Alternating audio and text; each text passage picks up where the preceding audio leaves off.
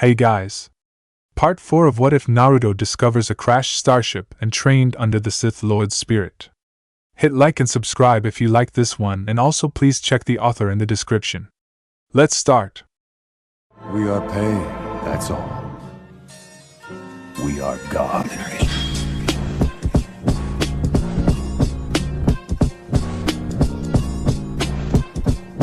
Chapter 10 37 BBY. Current year, Naruto is 12. Playguy sat in a comfortable black chair behind his wooden desk. The body he was possessing was beginning to show signs of the possession. He had to wear glasses to hide the sulfuric yellow eyes that Gato now possessed, but the body was holding out, and there was no degradation yet. He thought perhaps he could last for another year or perhaps longer. He had heard of possessions that had lasted months and ones that had lasted for years. But this wasn't a body that had midichlorians, so he wasn't sure how long before he would need his student to carry his holocron again or find another body. The pudgy hands of Gato absently touched the storage seal on his arm where his holocron was kept as he waited for his student, who was likely moments from arriving in Wave.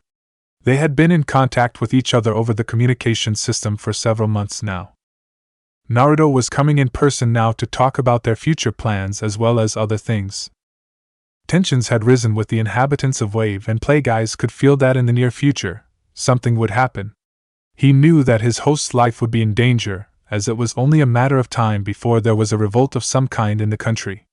Before he possessed Gato, the short man had bullied the people of Wave into submission.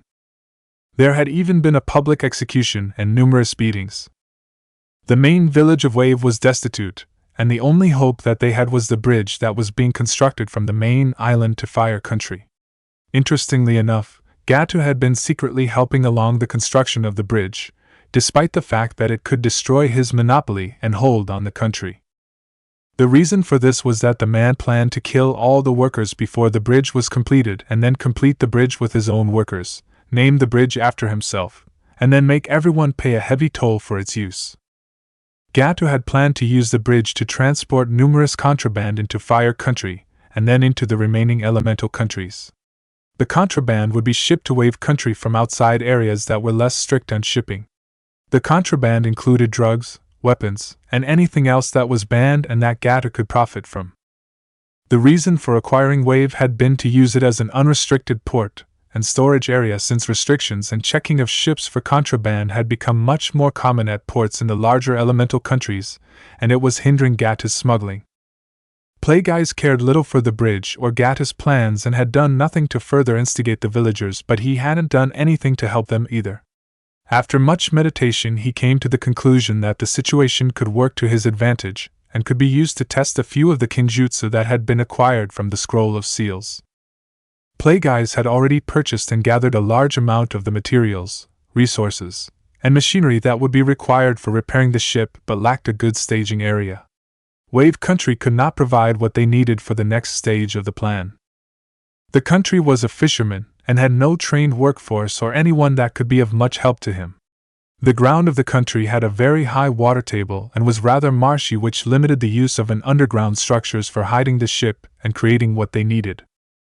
Using his newfound wealth and possessed body, Playguys had started looking for a good location for a hidden facility for the ship and in order to work in private. Gato didn't have a spy network, or really any kind of information network, but he had made numerous connections in organized crime. Money was not a problem, and Playguys had found a very intriguing place to set up their operations. It was very isolated from the rest of the elemental countries. It had a dictator that was apparently low on money, and from what he found out, it was more technologically advanced than any other country. He had already talked to the dictator of the country to set up arrangements for moving there and providing money in exchange for sanctuary, privacy, resources, and manpower. While the fusion reactor would be built by Naruto and himself, the substance that would seal the hull of the ship would need to be created, and it required the building and operation of a small chemical plant. Further talks between himself and the dictator would proceed in the coming months, and Playguys would move his operations from Wave to the new country. In addition to his search for a staging area, he had also started using Gato's money to find other information and items. Playguys started looking for any stories or tales of how ninja came to be or how they came to the planet. No one on the planet knew of the rest of the galaxy besides himself and Naruto, but that didn't mean that he wouldn't find some old tales or creation stories about something that resembled a starship. As of yet, he had found very little. It was obvious to him that some kind of colony ship brought humans to this planet, probably several thousand years ago. There were too many colony ships that had left the known galaxy in search of a better planet over the years to know when it had set out, or where it had come from. In the time since then, the humans of the planet probably forgot about technology and the rest of the galaxy. However, he found no mention or knowledge of the existence of a ship. That could have meant many things. It could mean that the ship left and headed back to the known galaxy, or that it was destroyed, crashed, or perhaps that it was just forgotten about. Plagueyes had found information concerning the Sage of Six Paths, which was a mythical or perhaps a real person that first discovered the secrets of chakra and taught others. He had been interested to know more and perhaps when this person, if they were real, existed. Time periods for when the person existed ranged from between 500 to nearly 1,000 years previously. The oldest records that Plagueyes could find on any subject were around 600 years old, which was likely due to the state of the ninja of the lands. They had been warring between villages for 100 years and between clans for longer than that. Such fighting usually left gaps or destroyed an entire history of people, especially if they could only record it on paper scrolls.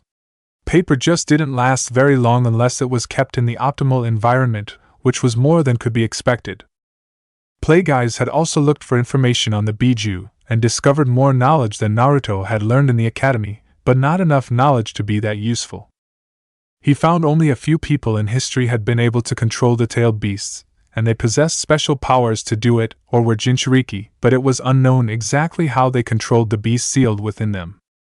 He did find that the tailed beasts had been split up among the larger ninja villages and knew that they were either sealed in an item, or inside of a person. The only way it seemed that Naruto would ever be able to control the creature sealed in him was with some kind of special bloodline that he didn't possess. From meeting the beast inside the seal, Plagueyes knew that the Kyuubi was sentient and very intelligent. Naruto didn't possess any ability with mind control beyond persuasion and mind tricks, so it wasn't likely that he would be able to control the creature with the abilities he had. While Plagueyes could control the minds of others, he wasn't sure that in his current state he could ever control the Kyuubi. The only thing that could be done concerning the vulpine creature was to leave it in its cage and let the seal hold it back. Plagueyes had no idea what using the creature's chakra would do to Naruto, or how it would affect his force powers. It was possible that the chakra would stop him from using the force at all, considering how powerful it was and how it would likely repel the force. Despite the restrictions on rank, Naruto had already looked through the Jonin section more than once, but there was quite a bit of information in that section, and it would take more than a few brief break-ins to collect everything. Naruto was already trying for the special Jonin rank, and would take the exams during the next Chunin exams, which was in 6 months. Their plans had been furthered with the takeover of Gata shipping, but in the interest of taking advantage of an opportunity, Plagueyes wanted Naruto to get all of the information that Konoha could offer. Konoha was the only storehouse of knowledge that they could get their hands on at the moment. The other villages were out of the question because of issues with distance, and the fact that breaking into another village would be infinitely harder than stealing from Konoha. Getting up from his chair, Plagueyes walked to one of the large windows in his office and continued to think of the current situation while staring at the ocean view. The only other storehouses of knowledge that they currently had available to them were people. Several people in the village were well noted for knowing a cacophony of techniques such as the Sandaime, Jiraiya of the Sannin, and Hatake Kakashi. Orochimaru was also one of these storehouses, and probably the most appealing because of his ambition to collect and learn all of the jutsu in the world, but he was no longer a part of the village. In order to access these other repositories of ninja knowledge, they would need either luck or to create a situation where it would be possible. This was exceedingly difficult, however, as each person on that list was not to be taken lightly. Plagueyes knew it was improbable that Naruto would ever encounter a situation where the drain knowledge technique could be used on the Sandaime without ANBU forces coming down on him. Jiraiya was just as unlikely, as that person was never near the village and hadn't been for years. That left Hatake Kakashi as the only person of the group that could be put into a situation where he could be captured or knocked out, and information could be taken from him. Play Guys knew that the situation in Wave could be used to their advantage in order to lure the copy ninja to a trap and access the supposedly 1,000 jutsu that the man had apparently copied with his Sharingan during his lifetime. The eye itself was also of interest to him, and although he could take the eye, it would be just as easy to get a small tissue sample without alerting the owner that anything was wrong. Looking into the reflection on the glass window, Play Guys both heard and saw the door to his study open and the cloaked figure of Naruto enter. In Konoha, Shimura Estate. Shimura Danzo sat at the desk in his study while he looked over different reports on many different topics that concerned the Leaf Village. His right eye was exposed as he read the reports, and the red eye did its job to copy all of the information so that he could remember it later. It was one of the many advantages that the dojutsu granted him. His mind traveled on a particular train of thought as he looked through all of the information on his desk and sifted through all that he knew pertaining to Uzumaki Naruto. He hadn't always been keeping such close tabs on the container of the QB. It wasn't until the boy started moving through the academy at an accelerated pace that Danzo had become more interested. While he did want the container trained into a weapon, he would not make any moves until he was Hokage. His current thoughts on the QB container had started out very differently when the information first came to him, and at that time he had no idea where it would lead his suspicions. His root forces had been secretly looking for the Raijin and the Nidame's scroll since it was stolen. They hadn't been looking for the actual object as he didn't have that kind of manpower, but they had been looking for any rumor or mention of the legendary blade. A sword so unique and flashy easily caught anyone's attention and people would talk. The current user of the blade should have been passed around by word of mouth, but in all the years since the blade had been taken, nothing about it had ever reached his ears. It was never mentioned and no one seemed to be carrying it or using it. That fact was rather odd considering just what the blade was. It was possible that whoever had taken the blade had taken it to be part of some private collection, and that was what Danzo had believed at the time. Some time after that incident, a genin was killed in the village. The crime was obviously the work of a professional as no evidence of any kind had been left at the scene and many things about the crime were suspicious.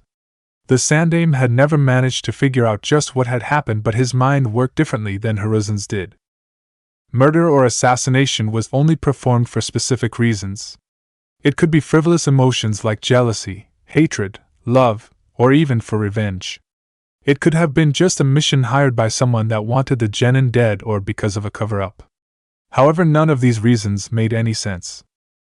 The genin was a nobody in the village and would likely have remained a genin for life. He had no hobbies, no enemies, only basic techniques, never been on any important mission, never angered anyone, had no connections in the village, and knew nothing that would have been any importance to anyone.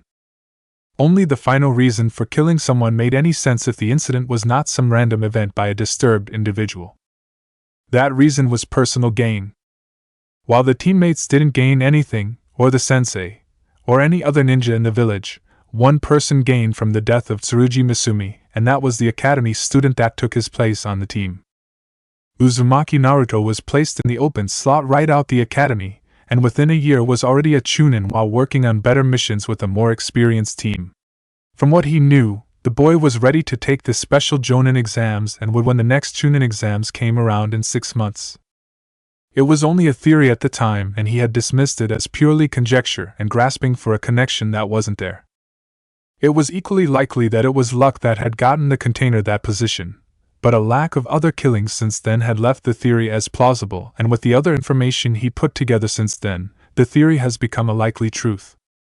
Not long after the genin's death, the scroll of seals was stolen right from under the Hokage's nose. The person what was likely to blame for the theft was left without any memories or the scroll, which was also what had happened when the Raijin and scroll were stolen years before. A jutsu that was capable of erasing all memories from an individual could be very useful, and according to his root ninja Fu, who had been a very accomplished member of the Yamanaka clan, it was not something that was very easy to do, and even his clan didn't possess a jutsu that could perform those effects while leaving the person's brain unharmed.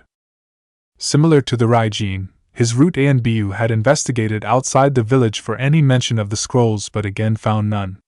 No one had claimed responsibility or gloated over the theft. It didn't really make sense as he knew there should have been some mention of the scroll. A logical explanation for the lack of any information on the theft of both scrolls and the sword was that they had never actually left the village.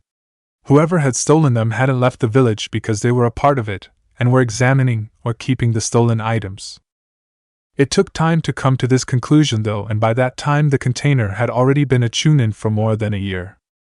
He wouldn't have suspected Uzumaki Naruto if it hadn't been for his earlier suspicions concerning the death of the genin. It makes sense that a person wanting to push forward in rank would want the items that were stolen for themselves. Had been his thoughts on the matter, and he had copies made of all the boy's records to look through for any anomalies. He still received regular updates on the boy's missions, and any mention of Uzumaki Naruto was quickly brought to his attention. He looked through record after record and did find several things. While in the academy, the Chunin instructors had sent letters to the Hokage which were followed with meetings.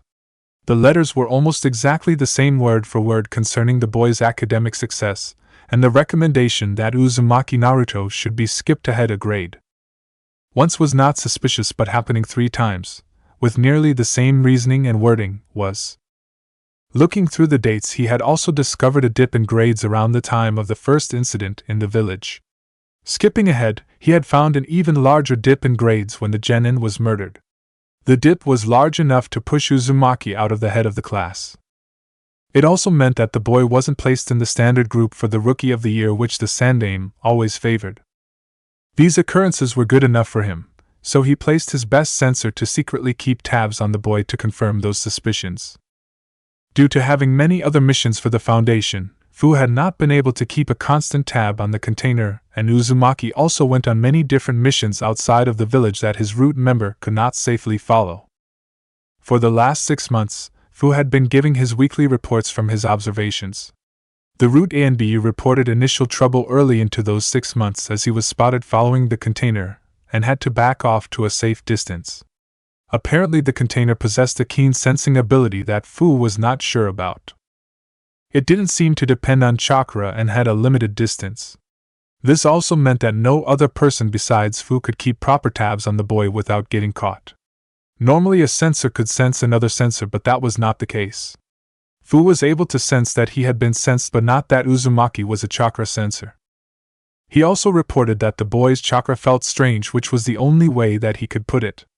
Each person's chakra felt different, which was how people could tell others apart, but Uzumaki's felt slightly different from everyone else. It took several months for Fu to be able to find anything incriminating.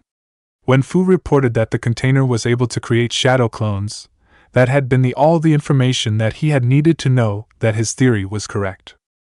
The only thing he wasn't sure about was how the boy had erased the minds of the 2 ninja of the village and operated so carefully while seemingly untrained in such matters.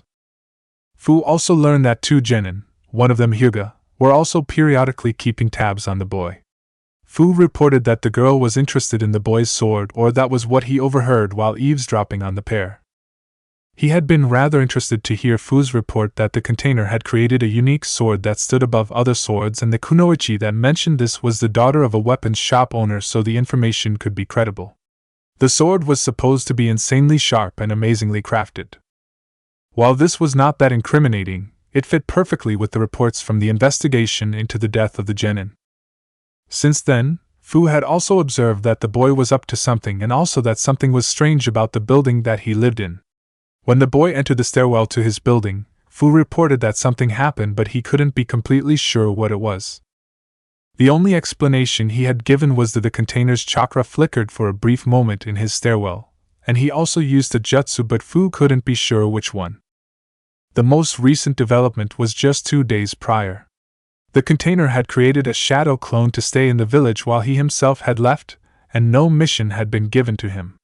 Fu had immediately reported this, and he told his subordinate to follow the boy, and he had sent Sai along with Fu so that he could receive regular updates. So far, he had found out from Sai's ink birds that they were following the container east and heading for Wave Country, or the ocean. He was very curious as to what the Jinchuriki of the village was doing leaving the village, and where exactly he was headed.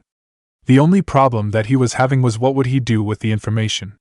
He couldn't go to Sarutobi about it, as that would reveal his illegal operations to the Hokage. The situation required a great deal of thought. A few of his other operations were put on hold so that he could focus entirely on this problem. What exactly is the QB container up to? Back to Wave Country. Naruto entered his master's study and sat in the chair across the desk. He didn't have to wait long for the short man to look away from the window and focus on him. Using the force, he could feel that Playguys had a good deal to talk about with him, and was trying to choose his words. Now that we have come to this stage of our plans, I feel you have waited long enough and it is time to reveal to you the entirety of my plans. Stated Playguys in Galactic Standard Basic, which they often used to talk to each other. Moving away from the window, he started walking around the desk. Naruto was rather confused as he wasn't completely sure what his master was talking about. Sensing his confusion, Playguys continued, "My plans are far larger than just fixing the ship and returning to the galaxy, my student. Did you ever even wonder how or why I ended up on this planet?" He questioned, and Naruto searched his thoughts and feelings for an answer. "I never actually thought about it, master," confessed Naruto after a short period, and Playguys nodded as he had already known that would be the answer. Naruto knew that he had lost his body and bits and pieces of information about his history from stories of his home world, and of the Sith. His student was very trusting and had never really questioned him about his motives or background. Naruto had only ever questioned him about what the galaxy was like and practically nothing about his own past. He knew that his student, while curious and inquisitive, was far more interested in training, learning, and the galaxy than what had led him to the planet. "Perhaps I should start at the beginning," and he paused for dramatic effect. "I learned from my own master decades ago. He taught me everything that I know and then he passed on. I in turn looked for my own student and found one such student to be my apprentice." Sensing Naruto's confusion, he mentioned, "You were not the first student that I taught, you are the second. I taught my first student everything that I knew and shared with him all of my knowledge that he was interested in. You are very different from him, different tastes, different upbringing, and ultimately a very different student. After his training had been completed, he helped me to complete the ambitions of myself, and the Sith who came before me of the Order, which was to conquer the galaxy." Playguys revealed and could feel the shock and surprise in his student. "You will see when we get to the known galaxy that it is not always civilized. Crime, corruption, piracy, slavery, and many other problems are rampant through even the more civilized systems. As Sith, we seek to conquer the galaxy in order to bring order and peace to every planet. The current republic that has been in place for nearly 1,000 years is growing more corrupt every day and isn't able to police its own borders or protect its people from threats. Even the Jedi are unable to do this," explained Playguys, and he could feel the understanding in his student. "Plans of these can be very slow, and take a very long time to complete. Many before me were unable to further the goals of our order. As you know, I enjoy learning and furthering my knowledge in any field. The more I became entrenched in my research, the less I noticed changes in my apprentice. Therefore it came as a surprise that after completing my newest discovery in midichlorian manipulation, he murdered me in my sleep," stated Playguys as he completed his circumnavigation around Naruto and his desk. The shock this time was palpable, and he could feel the anger in his student concerning what had happened. "My apprentice destroyed my body and left while setting the reactor in my research building to overload. It was fortunate that my holocron was saved due to my implementation of Sith runes in the area of my personal quarters and research area. The destroyed building was shortly after found by gunrunners that were nearby and detected the explosion. They took my holocron along with several other items that I kept in a secret compartment in my quarters and continued their smuggling operations. I did not make any contact with them as I was still in the process, or attaching myself to my holocron, and did not count on one of them opening one of the sealed cases I kept the necklaces in. He was slowly possessed by the necklace and set an unknown course into the navigational computer. He then started attacking the crew. One of the crew killed him but was unable to stop the ship from continuing its course or making it back to the known galaxy, as by that time, the ship was terribly off course. The ship was abandoned and it ended up running out of fuel in this system by chance. And that is how I came to be on this planet," finished Playguys, and he waited for his student to absorb all of the information he had just given him. Naruto just sat quietly in his chair as he reviewed everything his master had just told him. To him, it was an incredible story. Naruto had never asked what had happened and thought it was because he didn't necessarily care about it at the time and didn't want to say or do anything to upset his master. Plagueyes had offered him things no one else had, and he wasn't willing to cause conflict between them or inquire into his master's past. He had only ever been concerned with fixing the ship and getting into the galaxy. Looking up from staring at the desk in front of him, Naruto looked questioningly at his teacher and wondered what else he was going to tell him. Noticing his student had taken everything in, he continued once again. During my time here on this planet, I never expected to encounter such an interesting power and people such as these ninja, nor did I expect to take another student, but I don't regret doing so.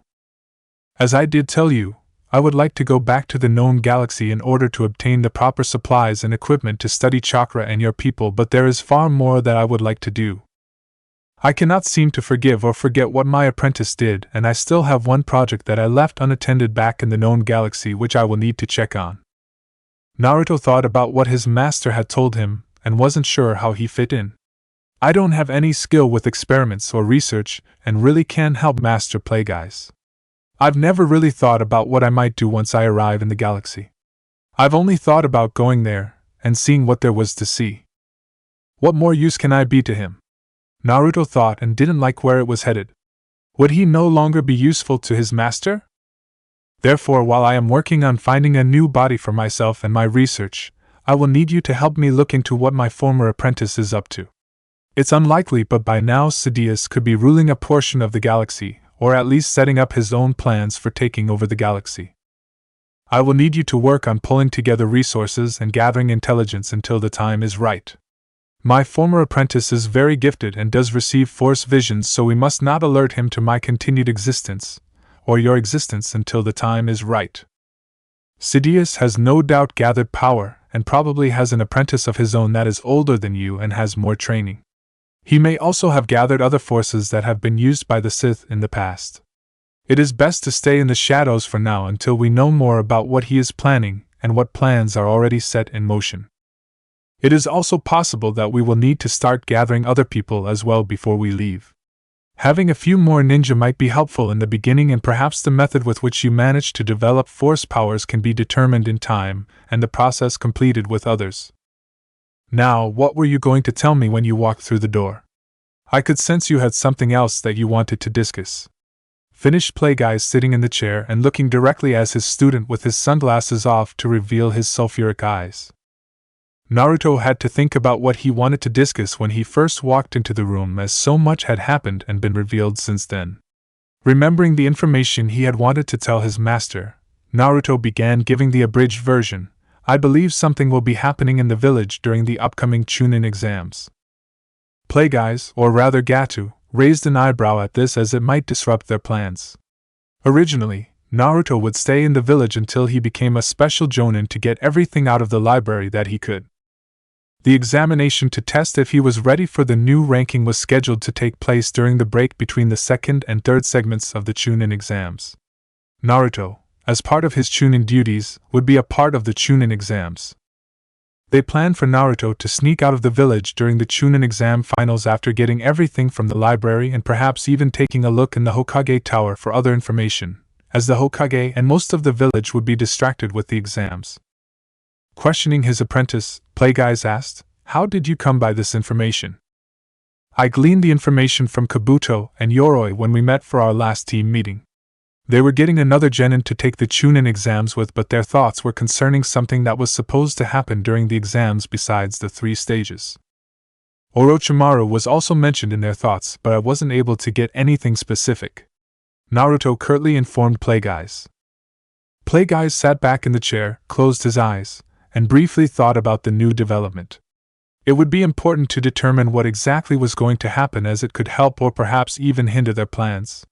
They planned for Naruto to leave the village without getting placed in the bingo books or having ninja come after him. To do this, he would use the Kinjutsu in the Scroll of Seals to fake his death, but as of yet, they didn't have a situation where Naruto might be killed by someone or something. This new development could provide what they had been looking for. Investigate and see if we can use it to our advantage, but don't get involved with Orochimaru if that person does make an appearance," ordered Plagueyes, as he was doubtful if Naruto could fight against such an opponent, and knew his student might try and get into a fight he wasn't ready for. Though Naruto hadn't been using everything he had against Zabuza during their fight, Orochimaru was on a different level, and even Play Guys didn't know exactly what kind of jutsu or methods the snake Sannin employed when fighting. They only had what the bingo book said, which was very little, and it wasn't advisable to face such an opponent without detailed and reliable information. He also wouldn't be there to help his student if something happened. To the northeast is the warehouse that contains all of our supplies and equipment that will need to be moved to the new hideout. It all needs to be sealed in scrolls for travel. The ship that I will be taking is docked nearby. You can put the scrolls on board. I have also procured the supplies that you wanted and constructed the item we talked about," stated Play Guys, and Naruto nodded. Play Guys could feel the boy's anxiousness to go, but there was still one thing to take care of first. "In the meantime, there is still much to do in Wave before I leave. You must return in a few months to further our plans. I will inform you then what will be happening and contact you when the time is right," stated Play Guys, and with the conversation over, Naruto left to go to the warehouse. Hiding out of what Fu had determined was Uzumaki Naruto's sensor range, Sai had already drawn several ink mice that had traveled the distance to the mansion. They were waiting for the return of the ink creations. Fu knew Naruto had entered into the mansion and was meeting with someone else. They didn't know exactly who the second person was and would have to find out later, but he did know that it was a civilian and not another ninja. By the time the mice came back, Naruto was already on the move, and the ink creatures lost consistency on a blank scroll that Sai had. The ink formed into words of a conversation that was recorded by the creatures, but oddly it was all gibberish, as if the two people had been speaking in a different language. Fu frowned as he hadn't been able to get any closer than the distance they were at unless he wanted to alert the target. For some reason Sai's technique didn't work except for only a few words that were recognizable. These words included Orochimaru, Kabuto, and Yoroi. Whatever the conversation had been between Uzumaki Naruto and the owner of the mansion was lost to them except for those words. Deciding it wasn't a complete loss, Fu had Sai sent a message back to Danzo before they followed Naruto deeper into Wave Country. "Zabuza-sama, the boy came back again. He doesn't seem to be heading to Fire County but somewhere else in Wave this time," reported Haku to her master. She had been keeping a lookout for the cloaked boy, as Zabuza was very curious as to what the boy did for Gato in Fire Country, and what the short business tycoon was really up to. At one point he thought the man was going to take over the country, but that no longer seemed the case. "Follow him, and see what he's up to," ordered Zabuza, and Haku complied. Glancing at the doorway his tool had just left, he wondered just what he had gotten himself into when he signed on for. They were safe from Hunter Neen, the job wasn't difficult, and they were paid very well, but Gato was nothing like he had anticipated. The short man seemed to have plans within plans about everything, and he wondered what would happen by the time his contract was up. Due to the size of Wave Country, it didn't take Naruto long to reach the hidden warehouse and small dock that his master had built. They were well hidden from the ocean, and few people from Wave Country went out to the islands that were the farthest from Fire Country. Moving to the warehouse, Naruto glanced at the yacht that was docked nearby and then quickly made shadow clones to perform the needed tasks. His master had provided all of the storage scrolls he would need, and his clones would just have to seal up all the items in the warehouse. The clones opened the warehouse door, and Naruto's eyes widened at the amount of crates and other supplies in the warehouse. While the clones went to work sealing up the large items into the sealing scrolls, Naruto went to the opposite end of the warehouse. He smiled as he looked over the items that he had asked his master to procure. After seeing the demon brothers, he had wanted a mask like they had, which were rather difficult for Konoha ninja to acquire given that they were not sold in Fire Country. He wouldn't wear the mask all the time though, as it could detract from his ninjutsu that were used by means of the mouth, which accounted for a large portion of the ninjutsu that he knew. His master had also gotten him different types of wrist launchers for Saban and arm guards that he could later modify however he wanted or needed. Several weapons were also there that he knew his master had found interesting, like the Kuzurigama, a medium-sized folding fan from Suna, and an assortment of ninja pouches filled with supplies. The last items were blocks of chakra metal that were purchased at quite an expense and would be used to make his newest weapons. Pulling out his own scrolls, Naruto had a shadow clone seal up the new items he had received while taking some of the chakra metal. He unsealed his tools and pieces of metal from the cockpit door of the ship that he had taken years previously. Walking over to the largest item that his master had gotten him, Naruto smiled as he looked at the furnace. While still requiring wood as a fuel source, the furnace would let him create his new weapons in secrecy. One of his clones started bringing in wood that was freshly cut from outside, and Naruto worked on starting the furnace. He could use the force to increase the heat to what he needed, and he had set aside the whole day to work on his new weapons as he had gotten a few days off from missions in Konoha.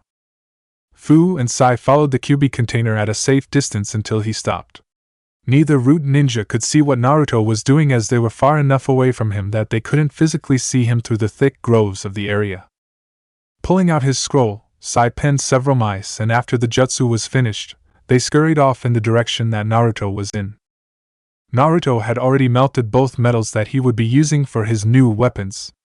They would be altered with alchemy in a similar fashion to how he made his sword.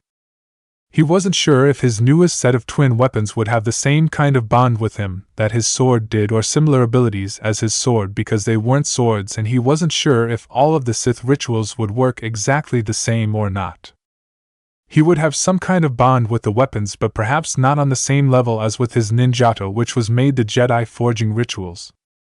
Over the course of several hours, various things happened in the warehouse. His shadow clones slowly sealed and stored all of the items in the warehouse until it was empty save for the original Naruto, the furnace, and the tools he was using. Naruto progressed through most of the rituals he was using. The metals were combined with Sith alchemy to create a single alloy, which was then shaped with his tools and the Force.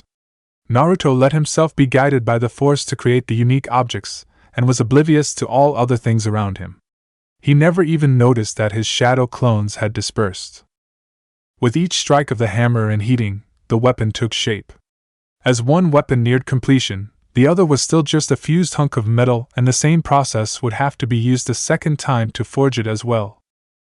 The piece of metal he started working on first had taken a donut, or ring shape with 4 fins or teeth, one in each of the cardinal directions on the circular piece of metal.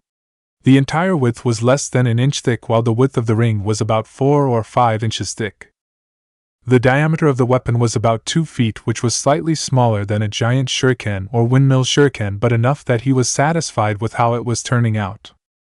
He had created the donut shape because that was how his master had described the disc blade to him, and also because the altered metal became rather heavy, and it was much lighter to create a donut shape than make it solid like a giant shuriken that only had a small hand hold in the center. Naruto also had to create the ring for the handle and 2 pieces to attach the ring in the center of the donut hole. The metal itself was also turning red just like his blade did, and as he created the razor-sharp edge around the disc blade, the edge darkened to black as well. As the first disc was finished, he created the ring and attachments for it, and then put the pieces together. Examining the finished weapon, he smiled and couldn't wait to show Master Plagueis. Setting the first disc blade aside, he reached for the other chunk of alloy and noticed that the heat of the furnace was dying. After a quick hand seal, a shadow clone appeared and went off to get more wood while the original put the metal into the crucible and put it into the fire so it would start heating and melt again. Naruto was feeling tired, but he wasn't about to let it stop him from creating the second disc blade.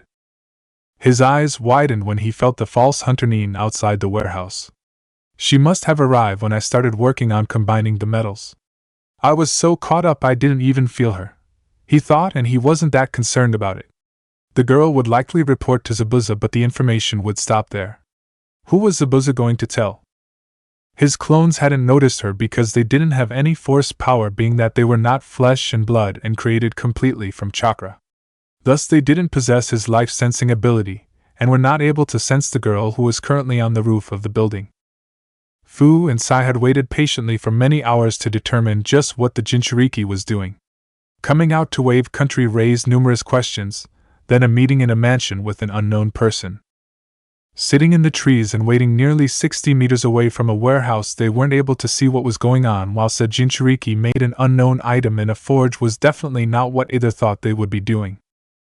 They couldn't go back to Danzo without knowing exactly what the Jinchuriki was making, and they had been sending regular reports with Sai's messenger ink birds while several other ink creatures went to see the warehouse and find out what was happening.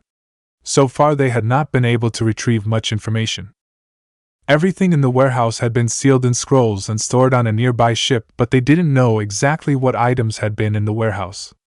The ship was close enough to the warehouse that they couldn't go without risking detection. Fu wanted to unseal a few of the scrolls and find out what was inside, but he didn't dare get that close. There was also another person watching the Jinchuriki. Fu could feel a person that was much closer to the warehouse than they were, and he wondered if Naruto could feel the person as well. Nothing about the mission was making any sense. Why come all the way out here? Was the Jinchuriki selling village secrets or working for someone? What was being made with the furnace? Who was the other person following the target? Sai had sent an ink creation to view the other person following the target. If the picture that was drawn from Sai's ink creature was any indication, a Kiri Hunternin was following the QB container. That made Fu even more confused, as he couldn't figure out what Kiri would want in Wave Country or why they would be monitoring the Konoha Jinchuriki. Haku sat on top of the warehouse and occasionally scaled the side of the building to look into the window to see what the boy was doing. She was very curious but also very bored.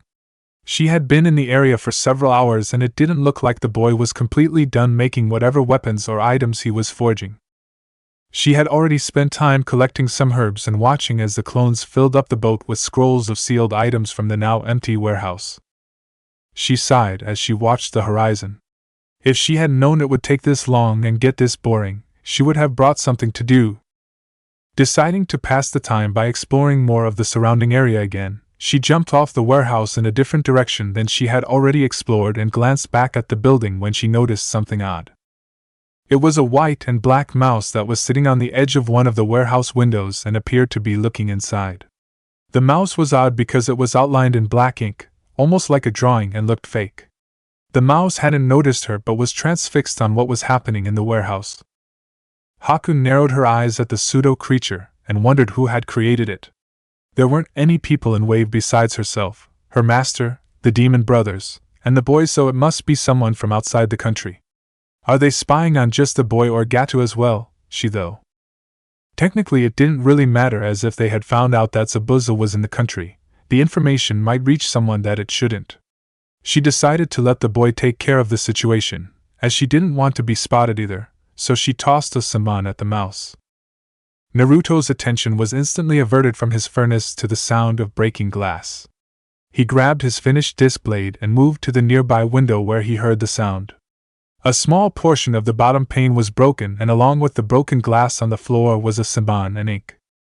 From his life science ability he could tell that the fake Hunternin had probably thrown the summon, but where did the ink come from?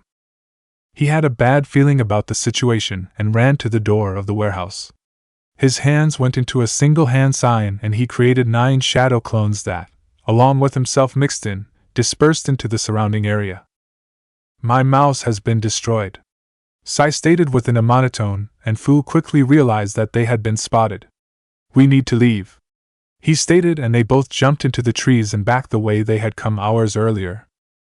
Fu could feel the Hunternin staying still in a hiding spot away from the warehouse while multiple clones of the Jinchuriki headed in every direction.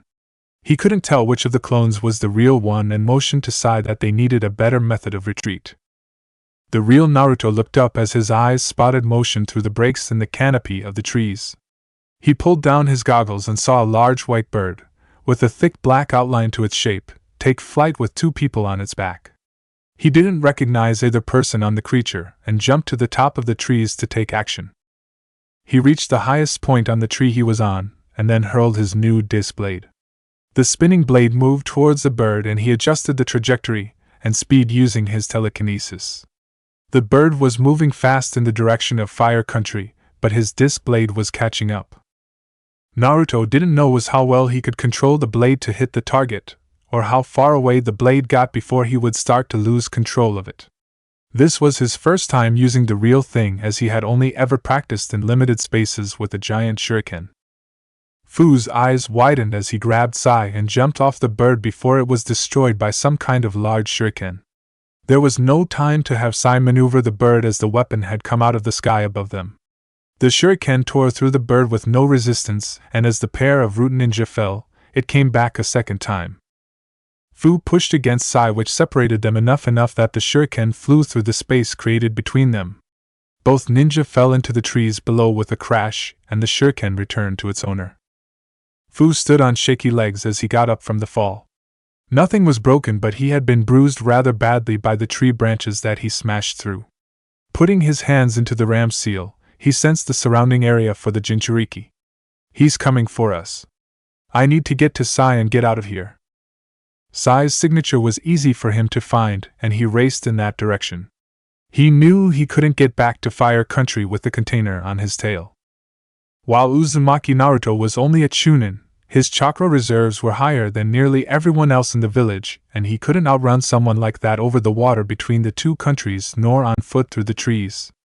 It was over a day's journey back to the village. The container would outlast him and catch up. He needed Sai's jutsu to get back to Konoha.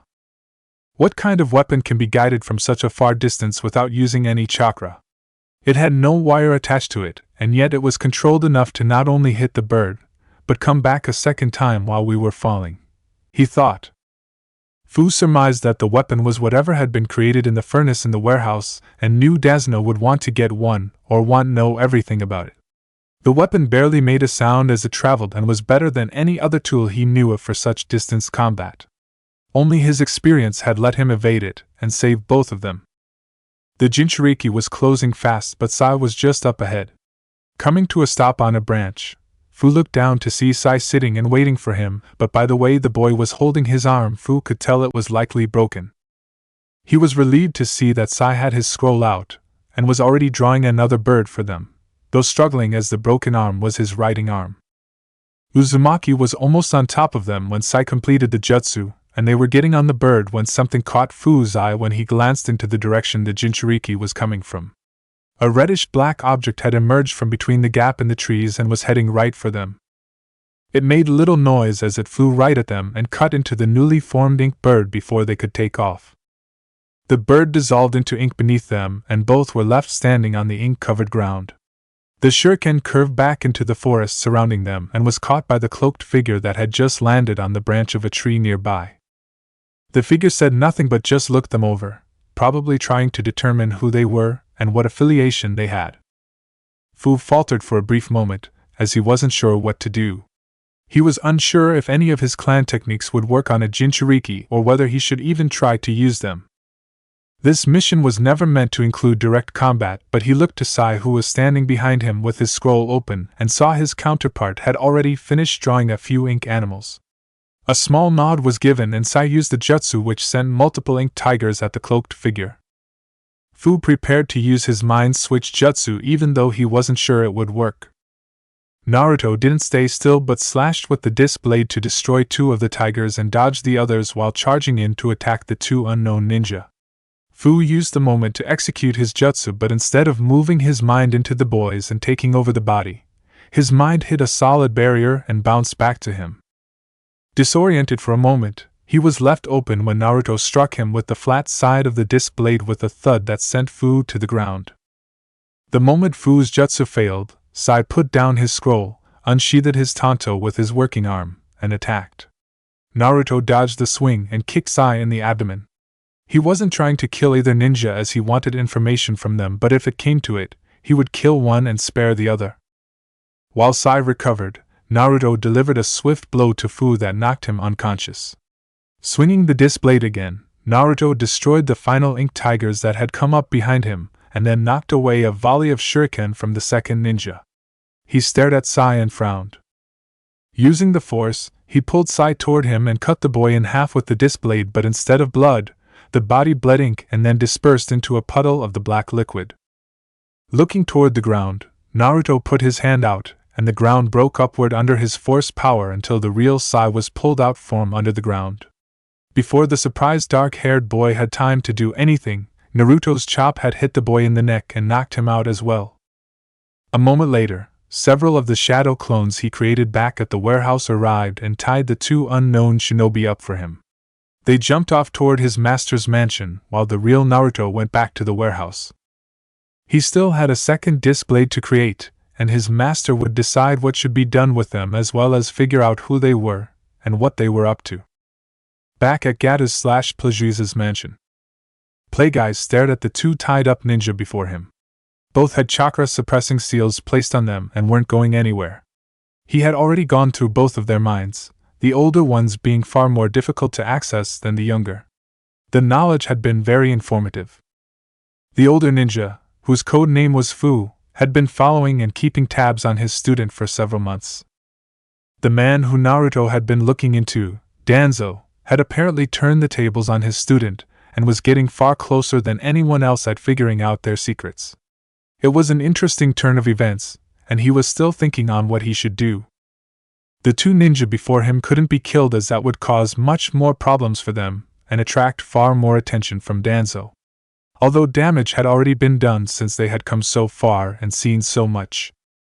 They had found out that Naruto left the village periodically and had some kind of connection with a mysterious person in a mansion and was creating something in Wave Country. The girl Haku had been seen but Zabuza had not been, which was good.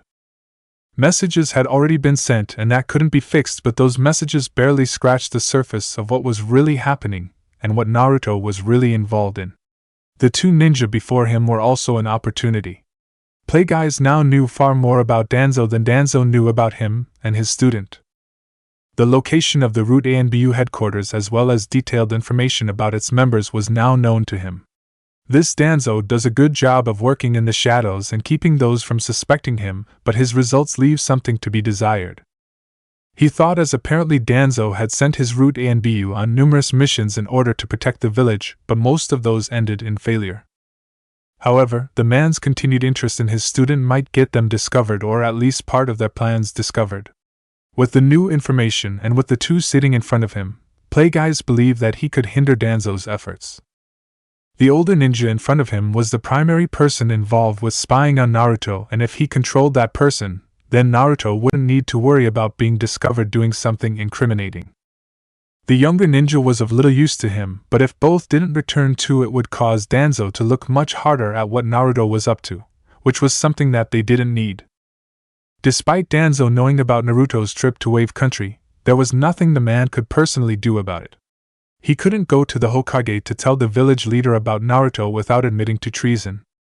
The Hokage would want to know where the information came from and proof, which Danzo couldn't provide without admitting that he still had a secret group of ninja that worked behind the Hokage's back and were not under his authority. Whatever information that Danzo had and whatever educated guesses the man could make concerning what Naruto was up to was only useful if someone else could prove it. The real problem was that Danzo might be able to get someone else to start looking into Naruto or would act on his own, as he knew from Fu's memories that Danzo wanted to turn his student into an emotionless weapon. As of that moment, he had no idea what Danzo would do with the information that had been acquired on Naruto. That was the real problem and situation that had to be dealt with. Danzo apparently had obtained a Sharingan eye that could hypnotize people to his will. That meant that just about anyone in Konoha could be under his control, or at least put under his control. The eye wasn't nearly as versatile as his own mind control techniques though, and Danzo's eye could only be used once per day on a specific person concerning a specific matter.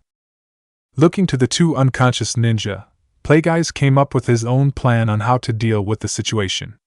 He would use his own mind control technique on them and have both of them spy on Danzo, as well as having the older one provide limited or false information on Naruto's activities in the village. Using his mind control, he could have them create a story to tell Danzo about what had happened since their last report. If Danzo kept getting more curious or made plans to do something, then Naruto would have to act. He didn't know if his student could face an opponent like Danzo, as he had no idea what the man's techniques and abilities were. None of his own ninja had seen him fight or train, so it was possible that Danzo was completely out of shape as a ninja, or that he was just as dangerous, or more dangerous than Zabuza. In any case, the decision over what to do with Danzo would have to wait, but Plagueis was interested in learning more about the Sharingan and gaining Danzo's knowledge. The old Warhawk was now high on his list of people to use drain knowledge on, probably just below Hatake Kakashi, who was the first name on that list. The thought reminded him about his coming plans concerning Wave Country, which would take place in a few months. He would need to meditate further on that plan and figure out the exact details. Getting up out of his seat, Plagueyes went to the two ninja and began the process of putting both under his control and giving them detailed instructions. The process would be completed by the time Naruto came back later that night with his finished disc blades, which he was very interested to see. Konoha, 2 days later. When Naruto returned to Konoha, he wasn't sure what to expect. He had been caught, and on some level he thought perhaps Anbu would be waiting to take him to the Hokage. He was under a hinge like he always used and had used a mind trick on the guard to not ask any questions and let him enter without seeing any identification. 2 days earlier he had returned to his master's study to find that the two ninja were gone. He had asked where they were, and Plagueyes had told him they returned to Konoha. He was surprised at first, but his master knew what he was doing, so he didn't question it. Plagueyes informed him that both were under his control and had been working for Danzo as well as spying on him for quite some time. He was informed about the existence of Root, and that something might have to be done in the future. With the mind control, the two Root ninja would only report to Danzo what Plagueyes had told them to report, and leave out all other details. They would also be used to spy on Danzo to keep their plans and activities safe. Naruto left shortly after that, and knew he would be returning in a few months to help his master leave Wave Country. Naruto wanted to go with his master to the new hideout, but he still had too many things to take care of in Konoha. He needed to prepare the ship for travel. There was still a great deal of knowledge to acquire from the ninja library. He now had to watch out for Danzo and anyone else that was trying to find out information on him. As a Chunin, he had to work on the upcoming Chunin exams, all the while getting everything ready to leave, and making sure he wasn't caught in the process. It was a long list of tasks ranging in difficulty, and it was definitely going to keep him busy for the next 6 months.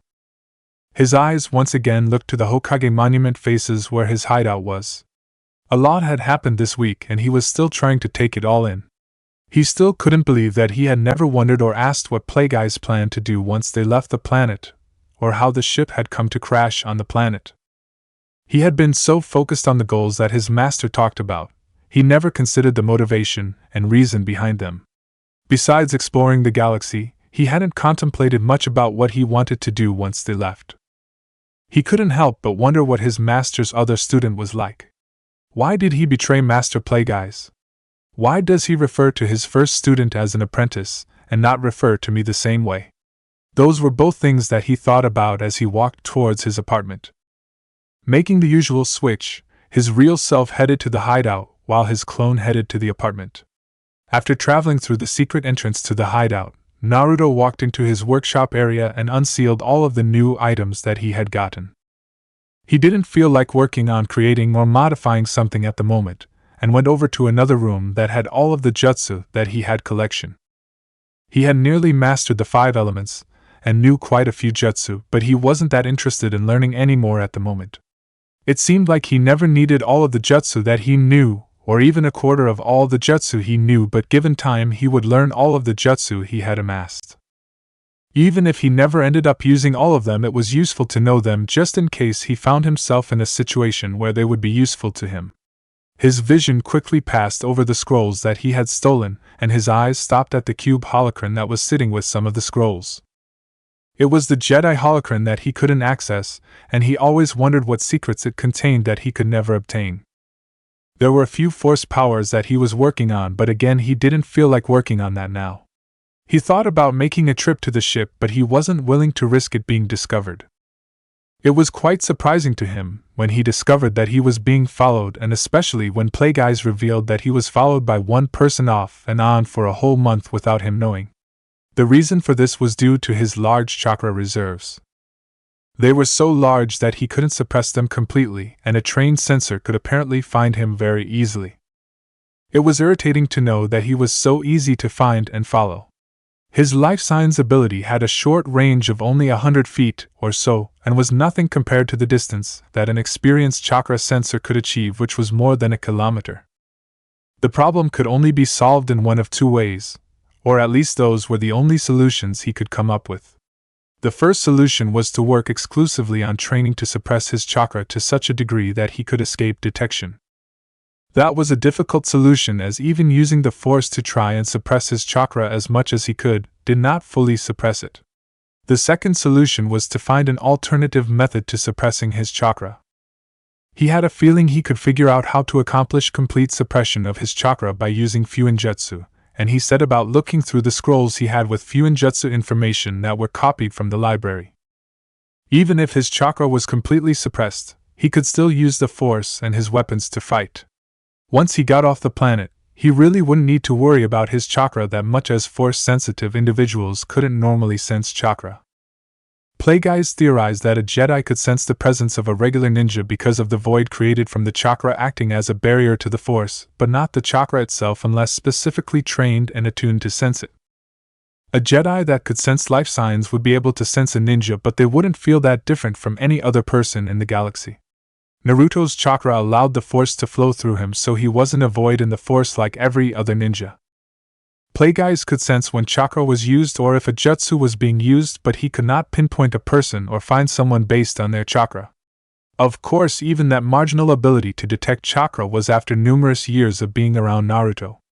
It was possible that no Jedi or Sith would ever be able to find him based on sensing his chakra.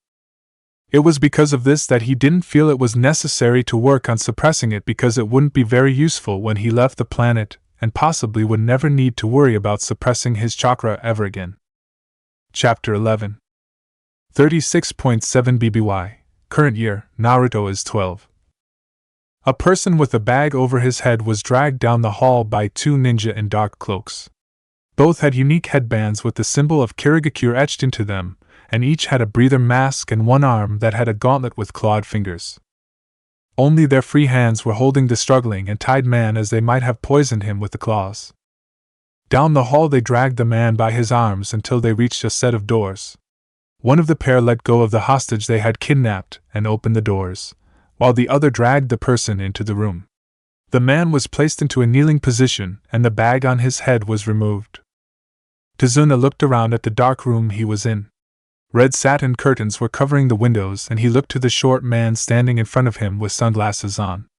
The man motioned to the two ninja and said, "Gozu, Meizu, leave us." And both brothers left through the door they had just entered. Despite having his hands tied, Tazuna attempted to stand and attack the man who he had hated for nearly half a decade. However, an unknown force prevented him from standing. They looked at each other, Tazuna glaring and Gato with no readable expression. Something wasn't really sitting right with Tazuna, and it concerned the man before him. Gato was acting differently. He remembered the man with a slightly different voice, and not so composed or calm but more arrogant. "I suppose you want to know what you are here for?" inquired Gato. "You're going to kill me," stated Tazuna, and he was rather certain of that fact. "Kill you?" questioned Gato. "Why would I do a thing like that? Not when I have a use for you." Gato finished and stepped forward while extending his hand and placing it on Tazuna's head. 5 days later, Naruto sat on the right-hand side of the sandane while filling out and going over all of the paperwork concerning the missions. It was one of the most boring jobs in the village, but he was there for a reason. The sandane was in the process of handing out as well as examining new missions that were arriving. Anyone could request a mission, and while some came personally to make the request, many more missions were sent in scrolls. These missions had to be examined, filed by rank and importance, and then would make their way to the Hokage for decisions on whom to send to complete each mission. Not every mission that was sent was given proper consideration. Some were given preference because they came from the Fire Daimyo or a previous client, while others were not considered at all because of past problems with the client. Although he didn't want to be there, his master had given him instructions on a secondary objective before moving to the new base. Naruto was to wait for a specific prospective client to show up and then do everything in his power to ensure that his master's plan proceeded smoothly and without failure.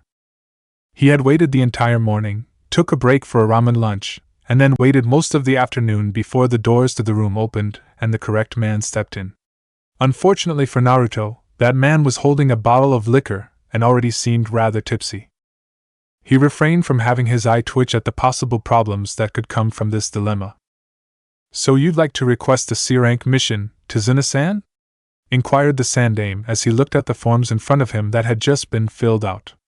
The handwriting was rather sloppy, so he wanted to be sure he had everything correct. That's right, an R-rank mission. Tizuna slurred slightly. It was difficult to not think about hurting the man in front of him as Naruto tried to sit calmly. The Sandame was a little amused as it had been a long time since someone had come in to request a mission while being intoxicated. He thought perhaps he should wait until the following day, but perhaps now was the right time as he could ensure that nothing else would happen on the mission, as he had never had a client from Wave Country before. So, as I understand it, this is just a simple protection mission from bandits and the like, until you get back to Wave Country? Asked the Sandame. Nope. I mean yes, responded Tizuna while nodding his head. You also put down that you specifically wanted Hatake Kakashi to take on the mission? Who? Tizuna responded back, and the Sandame raised an eyebrow at the man. One job. This idiot had one job to do and he's messing it up, thought Naruto, and he difficulty keeping his anger in check. Deciding to postpone the plan until the subject was back in his right mind again, Naruto spoke up. Perhaps we should wait until Tizuna-san is no longer so impaired so he can properly request a mission. He could be fit in tomorrow morning after he has slept and before he starts drinking again, so that he can properly answer questions. The Sandame nodded and told Unimo Irika, who was sitting on opposite Naruto on the Sandame's other side, to fill in Tizuna for the morning. The man was led out of the building to a local hotel to stay the night and sober up. After a few more hours of working, everyone else was dismissed. Naruto left the Hokage Tower knowing he would have to come back in the morning to make sure everything went smoothly, and although he would rather do anything else but that job, he had little choice in the matter. It seems the mind control and specifically the placement of suggestions in the subject has less than desired results when the subject gets inebriated, Naruto noted. It wasn't as if Tizuna had started spilling secrets about Gato or what they were up to. The suggestions were still there, as even while drunk, the man had filled out the correct forms in the correct way and put everything down he was supposed to. In a way it did make sense, as even if the subject was under their control, with an impaired mind they had difficulty acting on the suggestions and orders they had been given. Even when questioned, he did come up with some of the right answers, but they needed to be coaxed out of him. The following morning would likely bring more success. Naruto walked to his apartment, and then he would go to the hideout and contact his master to inform him of the setback. They had already set up a method for Naruto to leave the village for an extended period of time without anyone noticing. The extra time was needed to further whatever plans his master had for leaving Wave Country. He wasn't sure exactly what his master had in mind, but would help in any way that he could. Tizuna came in the following morning and answered all of the questions that the Sandame asked with no problems. The man told the Sandame that he wanted Hatake Kakashi because someone had told him that man was the village's best, and he wanted the best to protect him. The Sandame did inquire a little farther, but Tizuna produced satisfactory answers. Naruto waited until right before lunch for Team 7 to show up. They were supposed to be there for a mission several hours earlier but were late. After knocking, Kakashi was allowed to enter the mission room and his genin followed him. They were the only genin that he had ever passed, and had been a team for several months. He did wish that the members got along a little better. Sasuke would never open up to his teammates, and Sakura was only interested in Sasuke and not in being a ninja. The final member of their team was Shin, who was an interesting boy with a sense of humor. The boy was added at the last minute to the list of graduating genin. He didn't exactly know where Shin had come from, as the boy was added by the village elders from a program that was no longer used, specifically Root. While he had initial concerns, Shin did not act like the emotionless ninja that Root A and B were trained to be. The boy still had emotions and was a good fit for his team. He had yet to find any evidence that the boy was reporting to anyone, but it was likely that the elders chose the boy to be placed on his team to keep tabs on the last Uchiha. His lone eye looked at the Sandame, Irika, and then on to the other persons sitting in the room. The boy very much reminded him of his sensei, except for the marks on his face that identified him as the container of the Kyuubi. A small part of him wished that he had at least some role in the boy's life, but he was always busy with ANBU. From what he heard, the boy had accelerated through the academy, and would soon take the special Jonin exam. He had also heard that Anbu had an interest in him but were waiting for a little while longer before inviting him. The Uchiha massacre had made most people in the village question how young was too young for advancement. Primarily it was the civilians that questioned it, but some ninja also had concerns. No one was really sure why Itachi had killed his family, but some believed that the boy had been promoted too fast and had not been ready for the work or for missions. It was likely that it was one of the reasons why it had taken so long for Naruto to be allowed to take the special Jonin test, and why Anbu was holding off on recruiting him. Looking to the boy, he could see a coldness and uncaring in the blue eyes. The emotionless face betrayed very little, and the boy appeared to be studying him just as much as he was studying the boy. Naruto's eyes narrowed with a slight glare, but before Kakashi could figure out why, he was brought out of his thoughts when the Sandaime began speaking. "You have been requested for a mission, Kakashi. It's one of the simpler C ranks, so I was wondering if you believed your genin ready to take on a harder mission," inquired the Sandaime while holding the mission scroll that he had just approved earlier in the morning. Kakashi looked at his group and could read their postures, expressions, and feelings like an open book.